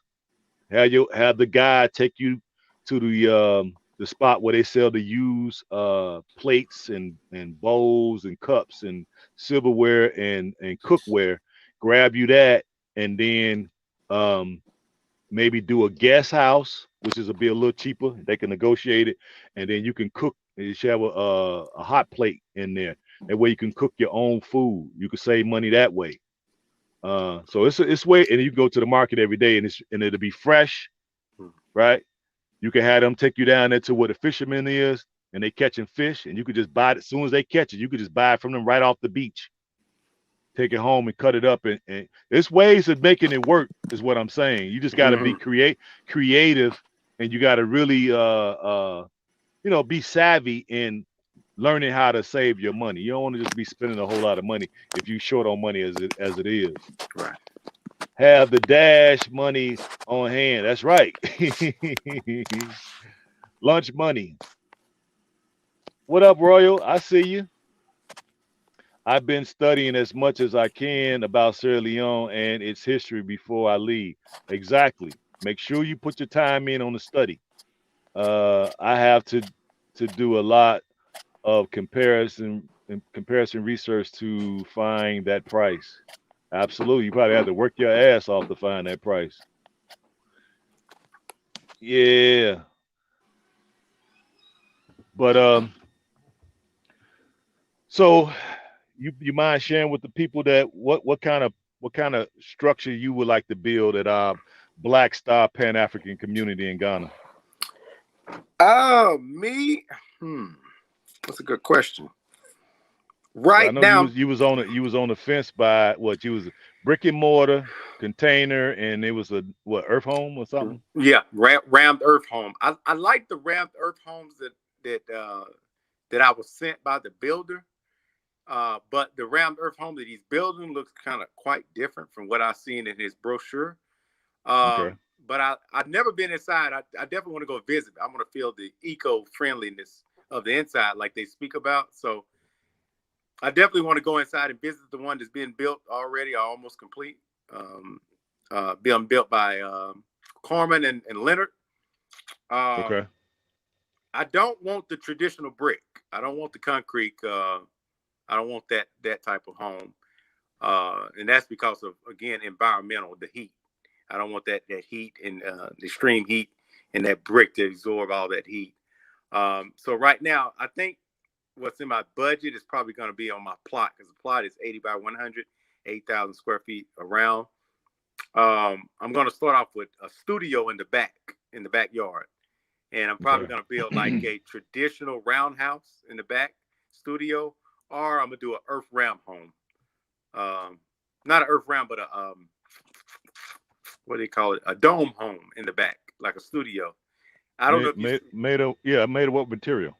Oh man, it's what? Aircrete, Yeah, something like that. Yeah, yeah, yeah, yeah, the concrete with the foam in it. yeah, yeah. That, yeah, Yeah, it's called aircrete. yeah. I'm gonna go. I like that because the budget that he has for the studio is like 15,000 for a.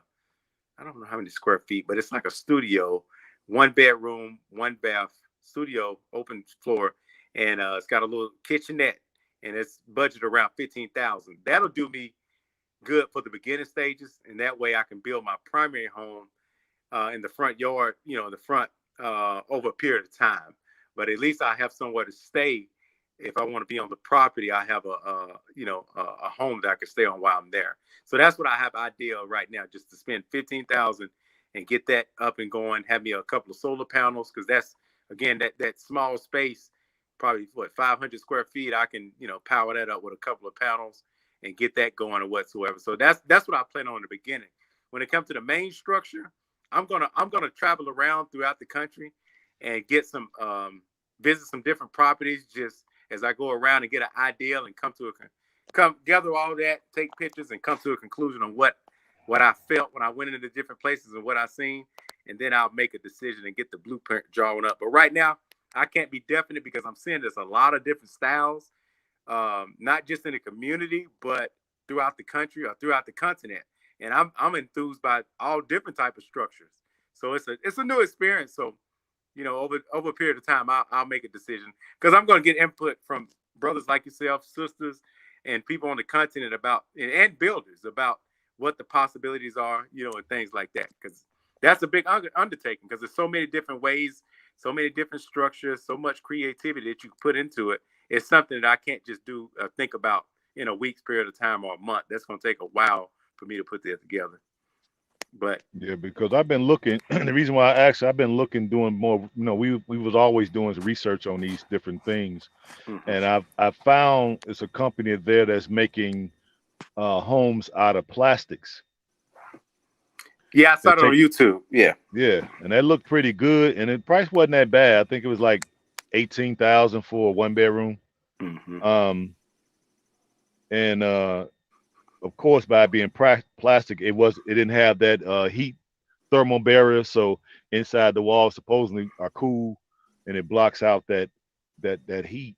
Hmm. Um, and I also saw connecting bricks. I saw that, and that was running about the same, about 18,000 to 20,000 for a one bedroom, um, and more based off of if you wanted more rooms or whatever. Hmm. And then of course we got the container home, and I've been seeing prices there basically around the same, 15 to 18,000 for a one bedroom. Hmm. If you get it professionally done. And that's if, and those prices if they do pretty much everything. Hmm. Hmm. If you took, I'm thinking like maybe get them to do 70%, and then I finish it off with the 30 to save Hmm. costs. That Hmm. way I can get more house for my buck. But I got two lots side by side, so you Hmm. know, and I could use the architectural firm too, because this one company, they have the builder and the architects in the same up under the same roof. Hmm. So if they draw up the plans, then the house, and you go with them, then the plans for the house they don't charge you. It's Hmm. included in the price, which I thought was pretty good. Hmm. Um, and I haven't really looked into the Earth homes. I know we got one of the brothers that went with Bomani who has an Earth home. Hmm. The older brother, I forgot what state he from. Out there by the bridge, he's Vietnam veteran. He got a video on Yeah, YouTube. Yeah, yeah, Dahudi. Yahudi. Yeah, that's it. That's his name. Hmm. I liked his place. Now I don't know Hmm. what price. I don't know. I can't remember. If you do you I, remember what prices he said? I can't remember. I think it was came up to about 40 something thousand US. The both of the Okay, yeah the studio outside, and then the main one. I the think it main was 40 house. something. Yeah, Well, that wasn't yeah. necessarily bad. He got a nice little piece of land too with his. Yeah, he got paradise. He got a paradise And it's location off right right there. off the water, ain't it? Yeah, yeah, Yeah, he got a because he up in the mountain though, right? I think he up in the yeah. He mountain about area. a Bowmoney Bridge, the bridge that I talked about, up by Fiancre. Now that area, I'm gonna Yeah. tell you about that area. I asked Yazid Muhammad. I don't know if you, when you went to the area, you stopped by his restaurant. The mom and the son that was from Virginia, that lives up there. They No, moved we from didn't. We didn't. Virginia. We never went up to that area. Yeah, his mom passed unfortunately last year or a year before. So him and his sister runs that, and his wife runs the restaurant, and they're very prosperous. But I had a consultation with him just an hour and just asked him different questions, because I met him again when I first went, and I asked him in that region. I said, and that's where the Houthi stays, right across the road or whatever. I asked him. I said, "Well, Houthi, any snakes? I mean, I said, y'all see any snakes around there? Because they got that hill. They got a hill up there, a Okay. mountain, because that's where the dam is. Because I figured, I said, there's a lot of water around, so I knew it's got to be some in vegetation. I said, it's got to be some snakes. Because I was looking, well, we ate. What the elders, the ladies that we talked Uh-huh. about in Detroit, what happened to them? We ate Yeah. there, and that's where the hill was. And I looked up at the woods, and I was like, I bet there's a lot of reptilians up there. And one brother was living in there in a dome home in the woods. And as we was walking, I was like, there's probably some snakes down here. And we all up in the woods, and I had on sandals, and I'm like, this ain't safe, Yeah, this ain't cool. This ain't This ain't cool. cool, bro. And I was like, and now that I think back to it, I asked him, this was last year. I said, let me ask you something. Where you live at in that hill right there? I said, ain't any snakes? He said, matter of fact, he said, yeah, we just killed one this afternoon, and it was Wow. poisonous. It was poisonous. Wow. And Wow. and so what I found out, and I'm just saying specifically Ghana, and it's got to be West Africa, period. He said, man, and I over here we got poisonous snakes. He said we got green mambas. He said we got pythons, and I was like, oh my God. So again, that's something that where I was like, you know, just knowing the territory, where you at and where you know, what's going on, is that be aware of these things around. Um, Yeah. even 'Cause even on our property, I told people on the conference call yeah. last year. I brought that up. I said, now we got to be careful when clearing this land, because there are snakes, there are spiders, poisonous out here. And one brother was like, we ain't worried about that. That's cleared land. And I'm like, okay, you know, uh, there. What's the Black Acres Yeah. and Bag Gambia family. Yeah, on the the Bag Bag family. family? On one of their videos, they had a Gambone, the Gambone pit viper out on their property, and the workers killed it, and they picked it up. I'm like, that's one of the most venomous snakes with longest fangs there is on the planet. Damn. So again, a Gambone pit viper. So imagine Yeah. what's throughout all those places, man. So the land, I always say, you gotta let's be aware of what we're getting into. Hey, Just that's why. Hey, that's why I was always. Hey, I'm for. Hey, let our continental cousins. yeah, You know, yeah, y'all clear the land, baby. How much y'all want? yeah. But we could, You know we what I'm we saying? we got to expect to see things too when we live in, as we build and live in there. You might wake up and, Yeah. I've heard I'm gonna have stories. to figure out what they don't like. I'm gonna plant whatever around my property what they don't like. Yeah, one I'm gonna have brother to up do. We're there, gonna have to do some research on them. Go ahead. exactly. One brother, Brandon, the builder over there. Him and another brother's doing I forgot his name. He has a YouTube page too.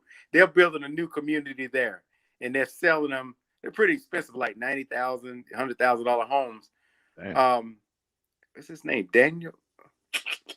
I forgot his name, but he explained he has a bag home as well, and he, Okay. he he does tours on YouTube, and he got videos about how he built it and the cost and things like that. And he explains in his, he said, one thing about me living in the mountains, because he lives so low off in the mountains by himself, up in the hills a little bit. And he Okay. said, one thing that I realized by doing this, he said, I probably wouldn't do again, is that by being here and clearing this land by nothing being here, he said it's snakes all the time that would come on my porch when I first started building. He said, I just opened the door and a snake sitting there. I'm like, I haven't seen that person in my life. That would Mm. that would blow me away. I don't know what I would do, because I never seen that myself in the I ain't snakes. gonna lie, but I ain't never really been scared of them. But it's just because I'm not around them. You ain't around them, man. But see, that's why Yeah. I say that. I remember you bringing this up before, and I thought about it because I'm like, you know what? I hadn't even thought about that until you brought it up. I remember you brought that up, and I was like, okay, well, I'm gonna have to figure out what they don't like, or we gonna have to get something. I'll get some. I have something around there to make because it's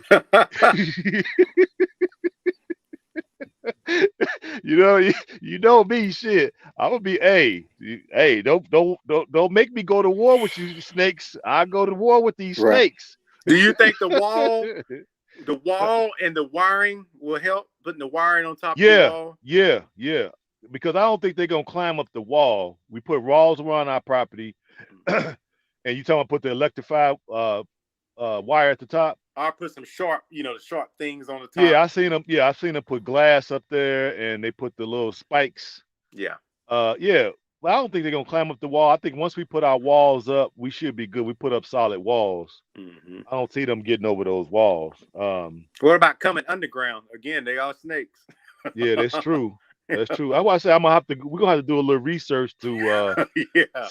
see what kind of plants that they don't like, and we can plant them all out there around that fence, the front on both sides of the gate. Right. Um, and that way, so it's got to be a way that we can keep them out or naturally without harming them. I mean, because push come to shove, I just find something where we can just knock their blocks off. Hmm. But I would prefer do the humane way and just keep them away. Maybe we could put, we can grow certain, stuff that most animals don't like. Grow pepper or cinnamon and peppermint. I don't know some. We'll grow some shit. I got to look into it. Right. Yeah. Royal Ranger said, "Yeah, I've been looking up the wild animals in the area: snakes, lions, and panthers." Royal Ranger, I got a point. When we was in Tanzania, one thing I realized, and well, that's in all of Africa that we seen, but you can confirm this, Rakim. We noticed Hmm. that being that they got the safaris around and the animals run wild in the parks, then Yeah, it's no you'll notice that most people that live there got walls built around, and yeah, those they do. walls are to keep. I kept wondering, why these people got walls? Are they trying to keep out rebels? And I came to find out, and I thought about it, and I was like, oh, that's to keep the wildlife out. So when you Yeah, mentioned panthers and lions, that's put up so they can prevent anything running wild, escaping hyenas from coming into their property. They put those walls up. That's a safety precaution they use, and probably also for soldiers and security. anybody, security. Yeah, Period. security. Yeah. Yeah, Hmm. But I sure said I was gonna put up a wall without a doubt. And then yeah, cause you see how the brothers be over there and they be making those metal gates. yeah. Man, them gates be looking fire, don't they? Uh-huh. That's I beautiful. like Yeah. that. Yeah, they be And looking fire as hell. not that expensive. I think the brother, what did he tell me, like a was it a grand for one of those nice Yeah, ones? that's So, pretty easy. That's yeah. pretty. That's pretty. Yeah, and I'll shit since I well, I'll be like, look, man, I help you, and we can cut that cost in half. Uh-huh. Yeah, You yeah, know what I'm saying? Shoot, you get the metal, and then I help you, and we get it done faster. You know what I mean? yeah. And a And I wall, still pay you. right? In a wall, he said on the 80 by 100, he could do it for around. The one builder said he could do it for around 5 to 6,000. That's that's not bad. I'm not sure what height he said, but it was 5 feet, five over 5 feet, something like that. You see, that's why I would like to be there once they start making that shit. Cause once they start doing it, stuff like that, I think I could do. Mm-hmm. Mm-hmm. You know what I'm saying? Because if we're gonna do a concrete wall, because if you notice what the Bags family was doing, they just basically putting a post in the ground, laying them bricks, and then once everything settles, they come back and put that veneer on it, and then they Mm-hmm. paint it. Mm-hmm. See, for me, that's why I'm intrigued by this whole thing because I've never been a hands-on person like that. Never been a mechanic. I could do it, but it's I'm up to learning something new. So getting into building, I definitely want to help out so I can learn a new skill set and get my hands in the land and things like that. Get a whole new experience. So it's definitely something I want to do. Help build not just my property, but other ones in the community. Exactly, and that's what I was telling folks. Like, if we went over there as sort of, even though we might be a loose knit group, we still a group. And then folks get over there. Yeah, you help me with my property, I help you with yours, because we all have different skills. Uh huh. We got a few builders. Brother Prince is a builder, right? He do construction work. Bernard, I think Bernard is buying. He do construction work. I do iron work. Mm-hmm. You know what I'm saying? But it's just put the time. The time is what the issue is for us right now since we're not over there. You know what I'm saying? Mm-hmm. So that's what I'm looking at. My domestic cats can scale. Yeah, well, yeah. We hope. Well, I keep the cats out. Shit, put some pepper out there for their asses. You know what I'm saying? Keep their asses out of the house. You know, is there a lot? What? No, you ain't missed a lot. You missed a little bit though, but you always can listen to the playback. Curly girl, what's going on? What's going on? What's going on? So yeah, bro, you gotta do your DNA, man. Yeah, I'm definitely gonna do that. Me, I think. I guess I want to Hey, say you because remember I said that last time, right? You see, I ain't I forgot. I think for me, I've what do I Just want to so we say? can see. Just so we can Yeah, see.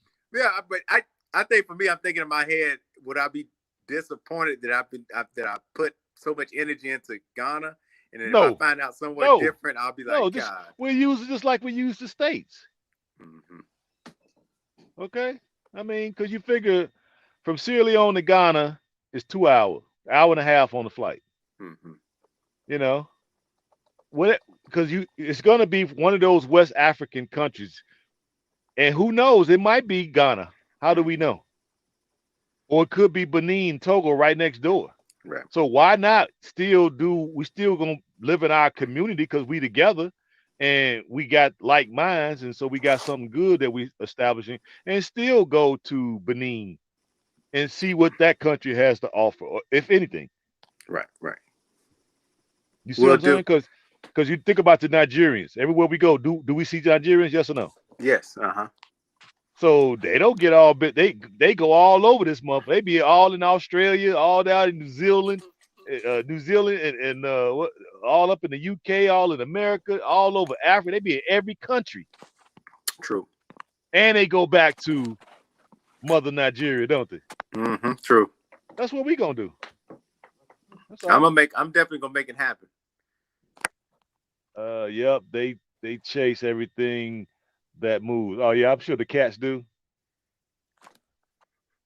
Felines are definitely agile. Absolutely. Yeah, so that's what I'm thinking, man. Because who knows what is going to come back? Because I already, like I said, I'm waiting on my paternal side. So next week I'm gonna start emailing them, asking them where it's at. Mm-hmm. I think it's been long enough. So I'm hoping it comes back to Ghana. That would be nice. If it come back to Ghana, We got you both know, the best world, you best do of both you worlds. do you get me? Boy, I have CLO and Ghana. So first thing I would do, fill out that damn. Well, money already sent me the paperwork for citizenship. Mm-hmm. Mm-hmm. I ain't filled it out yet because I'm just kind of waiting to see what when the damn results come back. Mm-hmm. But I'm still gonna apply for it though because it only makes sense for us to try to get citizenship in Ghana as well. Mm-hmm. You know what I mean? We building there, so why not? Oh yeah. Oh, we're gonna get that just from the community and what we're doing the project there. That's gonna be automatic. Because Yeah, a I lot think of the so. people that got it, the 120 something couple of years Yeah, ago, yeah, they didn't have no vested. They been there.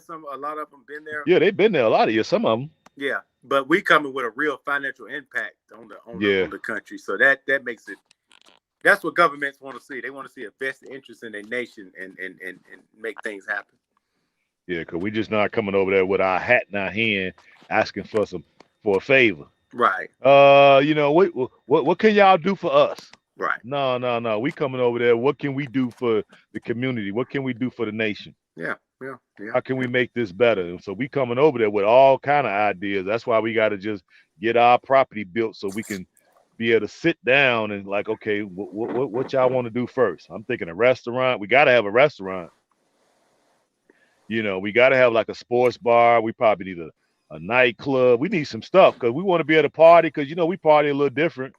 Mm-hmm. You know what I'm saying? And then we need our little gift shops and clothing and we of course we got to have some produce markets. So we Factory. got We gotta have a factory. factory. Yeah. Yeah, yeah. But we gotta get over there to live because that's why I'm saying it's that cooperative economics, man. That's where the power is. Mm-hmm. Everybody want to still go over there with the individual mindset. I don't get it. Mm-hmm. I don't know how they think that's gonna be successful over there. A lot of folks gonna be disappointed. What you think? Oh yeah. Like I said, they'll be over there and they'll be lonely. They'll be Sad. They loneliness. probably be depressed. Yeah. Yeah. Yeah. Because everybody that you talk to gonna want a handout or something. Mm-hmm. Yeah. Want their little palm greased. So now, who can you trust now? If everybody you talk to need a couple dollars, Right. see what I And mean? So you're 5,000 miles away home. You can't walk down the street and talk to auntie or uncle. That's nope. 5,000. You're far away. So it's a different ball game. Even Yeah, when everybody goes on here that's going, they'll see how far you. It feels like you're on Mars, like how far you're away. yeah. You could feel like when you were there, you You are, center of the earth. You are far yeah. away. It felt like we went through a wormhole. Mm-hmm. Went to another fucking dimension. Yeah, yeah, yeah, man. You feel different. You stand different. Your feet are planted different. You can feel. The sky is closer. The moon, everything, the stars is closer. Weather feel great. The people are smiling. You see cows in the middle of traffic, Yeah, just chilling. Okay, goats everywhere, chickens everywhere. Nobody corralling they stuff. They just hanging out wherever they want to hang out. You yeah. know what I'm saying? Folks cooking food here. Restaurants are open. It's beautiful chaos, but it's freedom. Yeah. Something else I noticed when we was in Tanzania, a guy pointed out, and I never paid attention. I just mentioned that the sky was closer. He told me, he said, "Look up there. You see that orange thing in the sky?" I was like, "Yeah." He said, "That's Mars. You could see the planets with, a couple of planets with your bare eye, your Wow. bare eyes." And that blew me away. And I was like, "Wow, that is," because it's so close. You can see it Yeah. just beaming down. And I was like, "That's beautiful. That is beautiful. Only in Africa, center of the earth. Mm-hmm. That is beautiful. Mars And with my this plain eyes." and this is what they cheated us out of. Cheated us out of Yeah. our birthright, man. Yeah. That's why I'm so big on us reclaiming it. So this DNA thing, that's why I look at it as being such a big thing, because it gives you that all knowing in your spirit that this is where I came from. This is where my people were taken from. Right. But see, I'm gonna tell you that when you said birthright, Mm-hmm. one thing that they have not been able to do, and they realize that, how in America you'll hear whites talk about, I got Native Indian, Native American in me, and all this. Yeah. They use that as a conquering mechanism to let you know, like basically like stealing their identity, like you say, identity theft. But Mm-hmm. one thing that people could not do on this planet, our DNA and our culture is so strong, they could not adapt and take our identity when it comes to proclaiming our Africanness or our blackness, because they don't know how. They don't. Mm-hmm. It wouldn't look right. It's too strong. It's too powerful. Too much to live up to. So they Yeah, never it is. done it. They never done it to this day. You don't really catch many of them trying to say, okay, I'm African, or I got wearing dashikis and doing other stuff we do. They'll pick up some hip hop, a little bit of rap. Even that's too powerful for them, because they get the energy coming. Somebody in the industry will knock them down and say, hey, this ain't your culture, this is ours. So one thing Mm-hmm. they haven't had the opportunity to do, or it doesn't work, is take our culture and say this is mine, like they do the Native Americans. It Yeah. just doesn't work with us like that. No, because we'll be like, hey man, you're appropriating our culture. What the hell are you doing? Yes, that's the beautiful thing about it all. So for us to claim something and come back and reclaim something is easy, and they just step Mm-hmm. away. Now I say, this is mine. I'm black. You know what I'm saying? I'm African. They'll step back. Can you change your name? Can you have an African name? Yeah, you can't, because you don't respect the culture. No. You don't respect it genuinely. And then they people won't respect it. Let a albinoid come in with an African name and see what happens. Right. Gonna look at like they're gonna disown them. You ain't part. You're not conforming to the protocol. You're not. You ain't getting the privilege. You out. You Yeah, ousted. yeah. You off code. Yeah. They probably deal with them Yeah. So we because got they ain't something. got no problem killing their own Right, right, exactly. If you ain't with the when they off conforming to code. the off code, hey, you breaking our system. Get out of here. So that's why we Susan got it. said, We got an hold on. advantage. Susan said it looked like another dimension. Beautiful one. That's true. I heard the sunsets were bigger in Africa. I've seen that in South Africa. Yeah, I agree. Let's see. I miss anything else? I live in the South. Cats are a necessity. Absolutely. Tribe. Wow. What's that? Forget to mention. I had a A22. My phone is shady. Also, your phone shady as well. Yeah, but it's a lot of benefits that I see um, that we'll be able to take advantage of once we have ourselves planted there, and then Mm-hmm. we can sit down and have some. Because we'll probably have a euphoric feeling once we do that. Then once we settle down, come down off of that euphoric high, then we can start looking around and see, okay, where can we be of most service? Uh-huh. And then, of course, we have enough folks where we can have literally multiple businesses because we look what 65 folks. Yeah. So out of 65 folks, we can literally come up with a couple hundred businesses between the group. Mm-hmm. We can Mm-hmm. all be intertwined as far as business wise because some people might want to be in restaurants, some people may not. Some people want to be in manufacturing, some don't. Some want to be in you know agribusiness, some don't. Mm-hmm. Some might want to be into the mining sector, some Mm-hmm. don't. So we Mm-hmm. got a lot of variety. That's why you want to be in a community like this. Is that's what we're trying to establish. So that way, then we can start like growing it out further and further. Because of course we're gonna get more people. Because once we get it lit, then all these Johnny come latelys gonna come over there. They coming. Oh yeah, it's like that baseball movie back in the days where they had the couple had to farm, and the guy kept coming. He was like a ghost, and he would come. He said, "If you build it, you remember this? If you build Yeah, it, they'll come." The they'll come. baseball field in the cornfield, and it's the same concept. You build it, they will come. Everybody, they'll come. Because once they see this bad boy tanking, they're gonna be like, well, shit.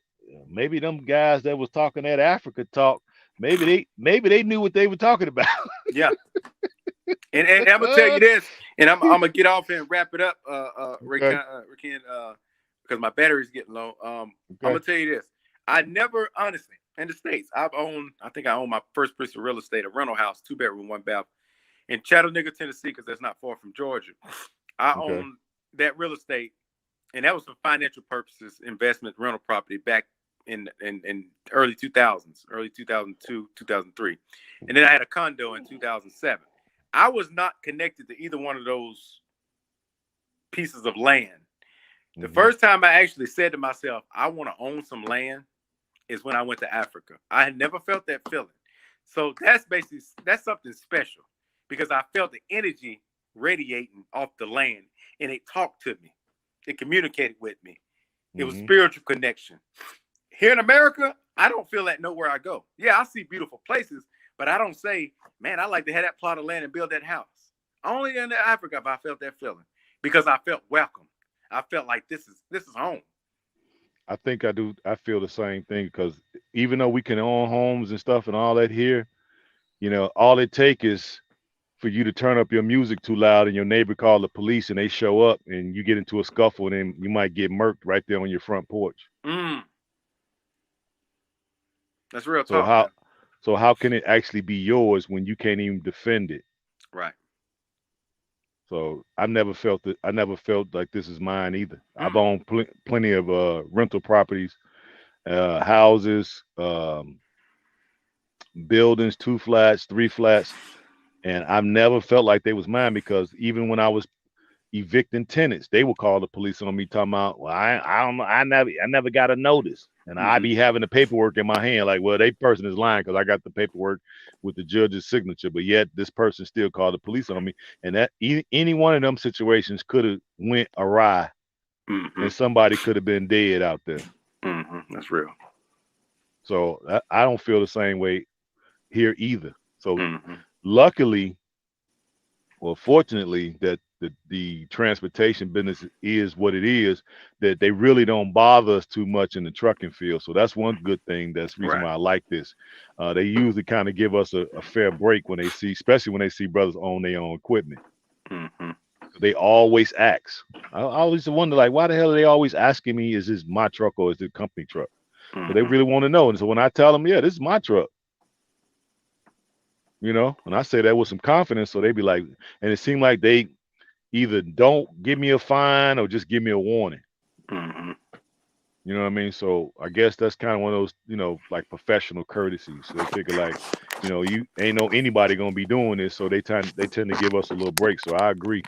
Mm-hmm. But I'm gonna go ahead and let you get out. I'm gonna just give you a chance to just give the people some words of encouragement and who might be on the fence and thinking about repatriating to Africa, moving to Africa, learning about their DNA, going over, start a business there, build a house. I mean, just give them some encouragement from a young man who's a business entrepreneur minded person, what would you tell Man, again, study, study, research. If you're thinking about going, don't plan so far out. Don't procrastinate on it. Don't wait and say, I'm going to go and do the trip or go to the continent in 5 years or 4 years or 3 years.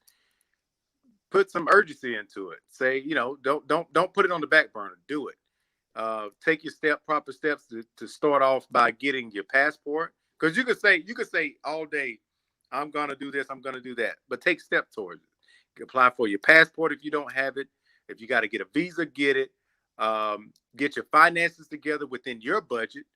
Remember that you don't have to be rich or wealthy to go and travel throughout the world if you haven't. If you want to go to the continent, you can do it within the budget. I just saw somebody post that they got a round trip to Sierra Leone for just over a little over $1,000.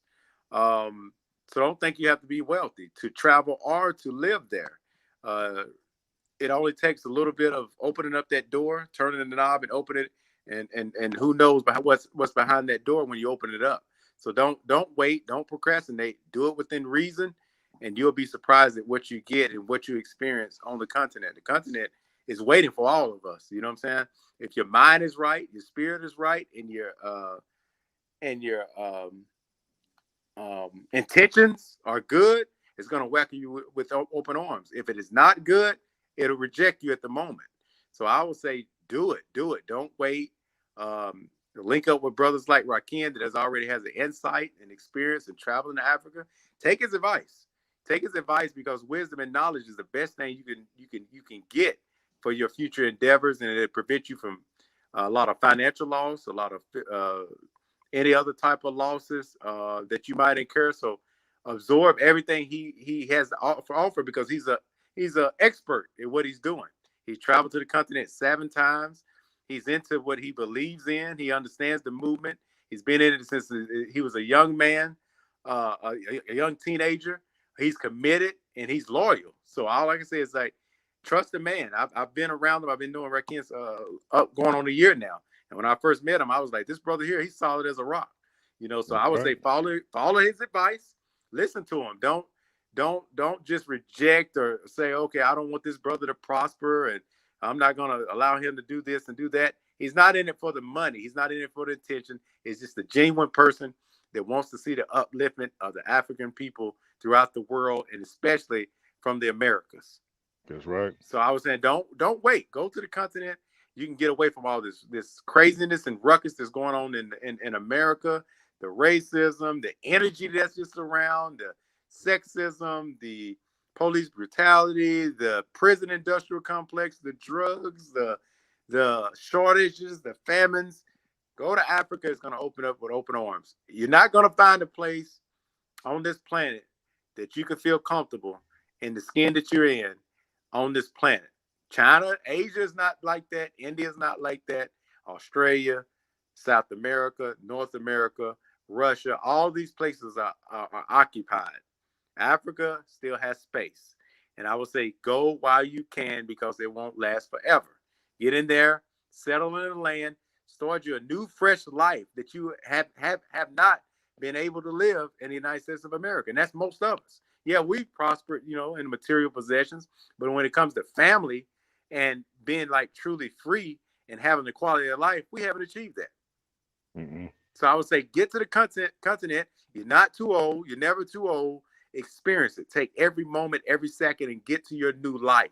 Get to your new purpose. Because what's not working here, it probably will work there. I'm 99% chance sure that it will. So again, take that chance, take that leap, be open to change. If you're scared of change, suddenly do it subtly, and you'll be just fine. And I'm speaking from a person that traveled to the continent at 29 years old, and I've been consistently on this path for 10 years, and I hadn't looked back because I felt and seen what I needed to see. And I promise you, what you see and feel, hey, you're never gonna forget it. And if you go and you see some things that you dislike, remember that's just one place, that's one area, that's one neighborhood, that's one city, that's one town. You have a continent that has over 50 something countries, and it is the second largest continent on the planet. So you got a lot of seeing to do. So don't get discouraged if you don't like certain things. What you see, try another place, try another thing, try another person, try another group until you get it right. Don't give up. Hey, well said. So I wish you Well guys said. luck on your endeavors and your journey. Wish you the best. Be blessed, and hey, enjoy the process, every moment of it. Take your camera, take a lot of videos, take a lot of photos, because these are memories you want to have forever. So best of luck.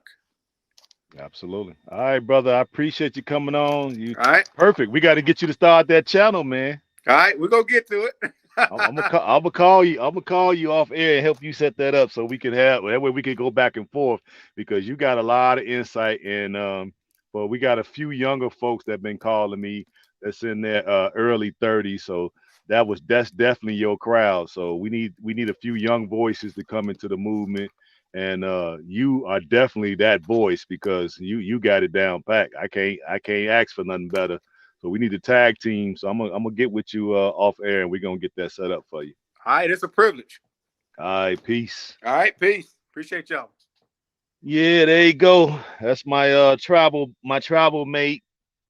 That's my travel mate. Um, and we were roommates in Tanzania. And man, we couldn't even sleep because we was up talking all night. We wake up in the morning, it's like little shopping bags hanging from both our eyes because we've been talking all night. Because it's just like when you get with somebody with the same spirit, the same energy, the same outlook, and we come from different areas, man, it's so y'all don't understand how refreshing that is. It's like, thank God I met somebody that think like me. We not arguing, we're not going back and forth about who's right, who's wrong. My idea is better than yours is better than mine, and I want to do this. No, we soon as we got together, it was just love, and been hanging out and kicking it, calling each other every week, ever since we left the trip. So, and then on top of we neighbors in Africa. I don't know what plot number he has, but he ain't that far from me. So that's why I asked him like what kind of place he's looking to build because I'm looking for a container, but I think he's more prone to more privy to earth bag. I wouldn't mind doing earth bag because I like some of them, but it's just that's a lot of damn work. Shit. Earth bags is a lot of work, people. Now it's a cool, is that thermal barrier and all that stuff. The earth ships, all that stuff is cool. I like it, but man, that's a lot of god doggone work. Now I think we could get it done because I know a lot of brothers and sisters we can hire to come over to do a lot of that labor, but man, that's a lot of work. Dre, I see you, digital Dre. Thank you, Kwame. That's right. Yes, Kwame. That's all good, brother. Good stuff, Kwame. Yep. Not in my head. Good, good, brother. Yep. Right, right. Let's read some of y'all comments. It's beautiful, like another dimension. Yep. Sure is. There go Dre. What up, though, Dre? So yeah, I just want y'all to be able to, I'm gonna try to bring more folks on who's been there with me and just kind of show you like the how I want to say that. To show you guys that people from different parts of the country can come together in one place and become family like this. It's almost like he's the family that we should have been born brothers. We should have been born kin to each other. You know what I mean? Because I've always wanted folks, because remember, as he said, I've been into this thing early. I woke up at 19 because I had the right mentors that woke me up, you know. Um, and so all along this journey since then, I've only met a few folks that I could truly talk this type of talk with that didn't laugh, didn't make a joke, didn't say something stupid, uh, didn't have this big grandioso pie in the sky ideas. Where I'm more boots on the ground, rubber meets the road, ABC. As soon as we touch down, first thing we do, second thing we do, third thing we do. 3 weeks in, we got damn near half the stuff that we better accomplish. That's where I'm at. I'm not with the grandioso stuff. No, you got to get these prerequisites out the way first. Okay. And then to get over there and meet people like him and others where they thinking the same thing. Man, let's move into a community with like-minded people that think like this all the way on board. You ain't got to convince them. Let's go. I'm the same way. Let's go. This is perfect. Okay. Then we've been calling each other, talking about the different type of architecture, which, that's my love. I love architecture. So that's why I was asking him that question, because I know he appreciates it as well. He's owned property. He was a landlord. I was a landlord. I own property. So we got like so many things in common. He drive trucks. I drive trucks. So, it's like, man, you can't ask for nothing. Then we got that same type of love for the people, love for Africa. Only thing I got to get him to do is do his ancestry, because he of that mindset too. Well, we basically, since we don't really quite know where we from, we claim the whole planet. That's cool up to now, but now we have that technology, so you can pinpoint it. So I'm really stressing that people should get that DNA done ASAP, because most of us ain't got no excuse. We got that little 300. We got that 300. So, you know, I'm not trying to hit. Yeah, that earth building is labor intensive, and I still, and I, what? I'm still team storage. Oh, excuse me, container right now. Yeah, me too, because guess what? That earth bag might take, hell, a year. I can have the containers with everything foundation, either pier or platform, the container set down, all the finishing done in 6 weeks. And I'm gonna pay probably a little bit less than they're gonna pay for them earth homes, right? And then when it comes to the thermal barrier, because that's what everybody worries about, all that sun. What I'm gonna do is I've already been. This is why studying is a really good thing. You go, you can cover your containers on the outside with plywood, right? And then you can either paint them or you can cover them with porcelain tile. If you know anything about porcelain, it reflects the sun, right? And then they give it a whole new look. It won't even look like a container if you frame it out with plywood, 3/4 inch plywood, and then you put not ceramic, but porcelain tiles all around it, white in color, where it will reflect the sun, right? And then on the outside of the actual box, you could put uh, what they call panel installation, and then on the inside of the container, you can do those walls with the insulation and the ceiling and the floor, right? And then you frame it out. So you're gonna have plenty of thermal barrier. Then you can also, on the outside of the box, you can spray it with paint with the metal flake in it, and that is also known to reflect the sun. So it's various ways, and that it might be just a little bit more expensive to keep your place cool, but it'd be worth it, because guess what? We get plenty of sun in Africa. You get plenty of sun. You know what I'm saying? Let me see what digital. Watch a couple of videos building an Earth home bag and taking them forever. I'm already unsubscribed. Yep, me too.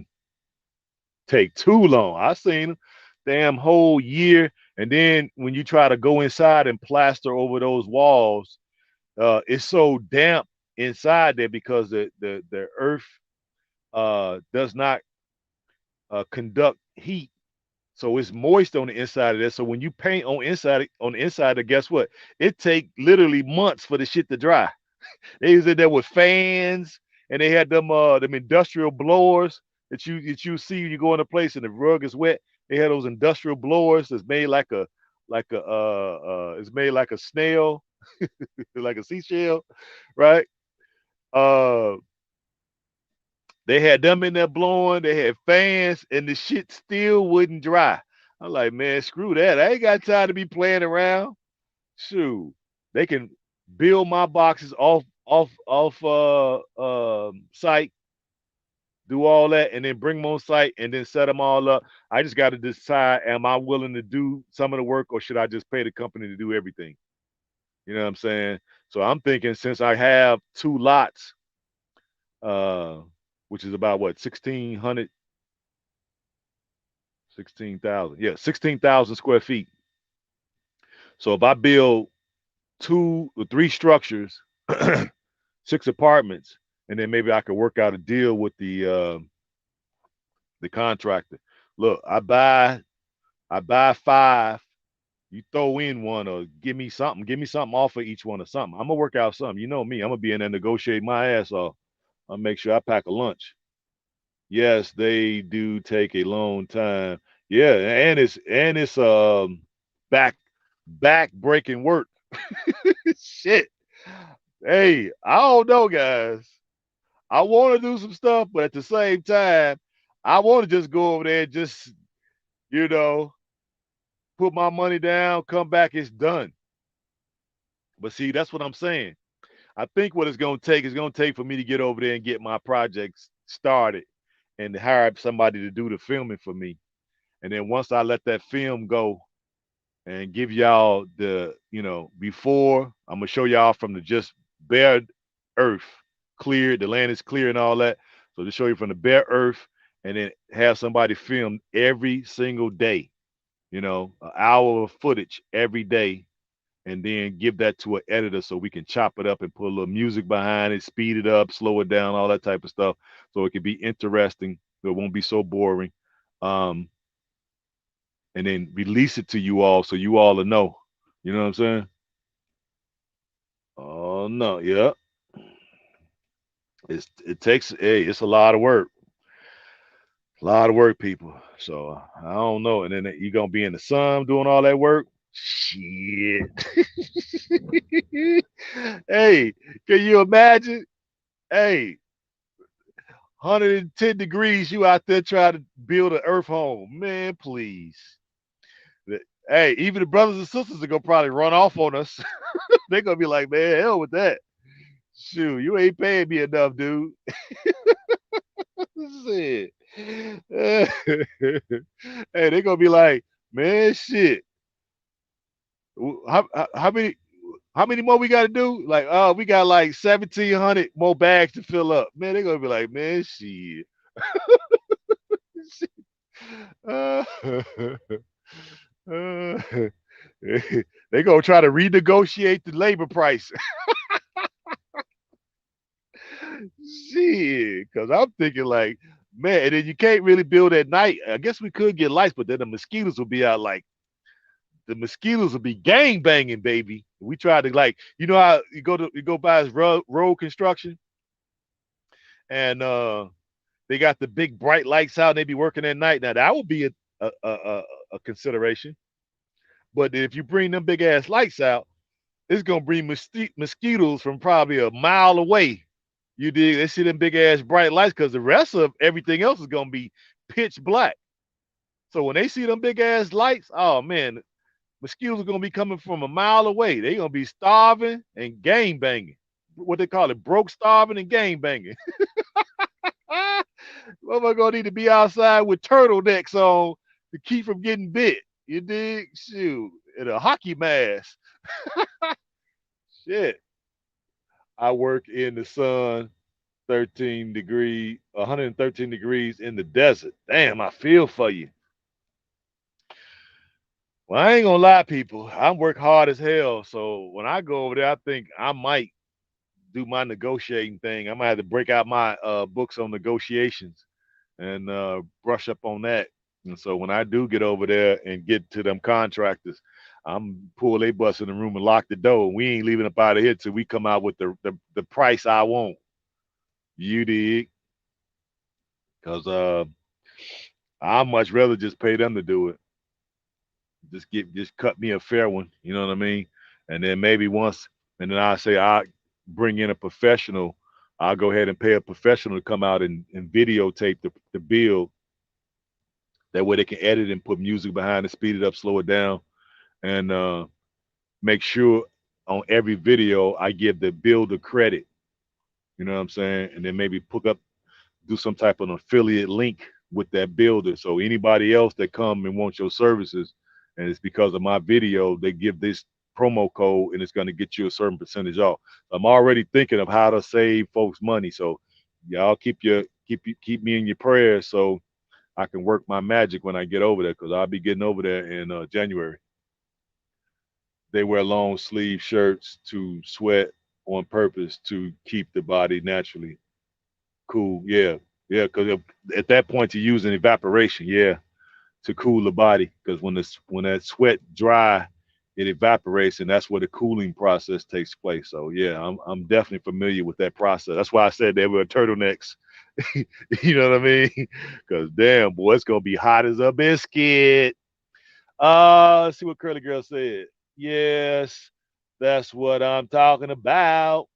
All right, any questions? I hope y'all enjoyed our brother Kwame. I'm gonna be on top of him. I'm be on top of his head so he can get this YouTube jumping off because the brother is very knowledgeable brother, very intelligent brother, very very good business mind. So we can definitely add him to the mix of good content. Um, so we'll definitely make sure of that. So when y'all see him in here on some of our streams, you make sure when you see him in here, y'all send him a shout out and tell him when are you gonna start that YouTube channel and when are you gonna do your DNA ancestry so we can see? Because to me, just looking at him, he look like his people like probably from Gabon. That's what it looks like to me, but I don't know. You say thank you, much love, my people. Absolutely. So we got any questions before we get out of here? I think it was a good, successful night. Any questions? Any concerns? Any statements? Anything. I think we got some really good information in that. Um, Basically, Africans need to wake up so we can assume our rifle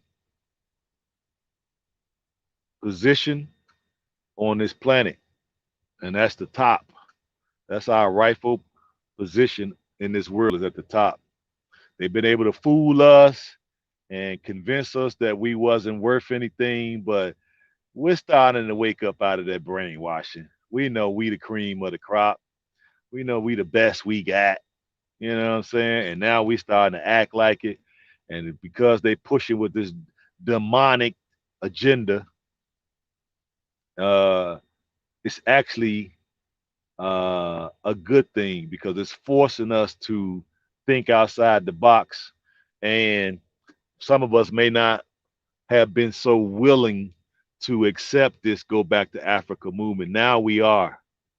Now it's conceivable. Folks are looking at building. Folks are working together. Folks are working together. Folks are wanting to live next to each other. Folks are wanting to intermarry with the different tribes. Folks want to do all kind of businesses there. We're really blazing a true Pan African path for us and our people. I think um, our honorable Marcus Garvey, peace and blessings be upon him, will be proud of what's going on. That we decide to pick up this mantle and we pick up this ball and we're running with it to the goal. And so we're gonna bring Pan Africanism into the digital age because I think that's the only thing we've been missing. Folks are being more vocal and you see in our faces and we're talking openly and we're sharing ideas and we're covering every subject under the sun. You know what I'm saying? Nice one. Thanks. Yep. Good night. So I guess we ain't got no questions. So okay, y'all, you know, stay positive. Wake up, my African people. It's our turn. We got to get back to our rightful position in this world, which is at the very top. And I mean, folks who look African and who, in their minds, are politically African is who I'm talking to globally. Okay. If you want to see your people win, hey, do what you can, right? Work an extra shift, get a second job, start making plans, book a tour, you know what I mean? Hook up with like-minded folks, hook up with me. I'm going. I've been there. You see the brother, he validated the brother like, hey man, hey, I'm surprised because I've been looking for other brothers. Same way with me. Now we're meeting a lot of folks and we're coming together, so it's time to like make this thing pop. We're gonna make, man, Africa gonna be lit. Y'all just don't get it. Africa gonna be the litest. It's gonna be like the olden days, like Timbuktu, and all these places where folks came from all over the world. You know what I'm saying? That's how it's gonna be. But when they come this time, we gonna tax that ass. Yeah. We gonna tax that ass when you come to the new places we building. We ain't playing. Check your email, please. All right, I got you. All right, Mr. Lofton. All right, no questions. So we're gonna get up out of here. Y'all know, you know what I always say. Peace. Y'all know I love you, right? Hopefully everybody stay safe. Stay safe, stay safe, right? Wake up, African people globally that is melanated skin and melanated mindset, right? And we can say black man, black woman, black child. Shout out to the Bag family. That is what we're looking for, right? That mindset, politically African in your mind. That's the people we want and people that's on code. So until next time, Black African power, baby. Peace. Get me some rest.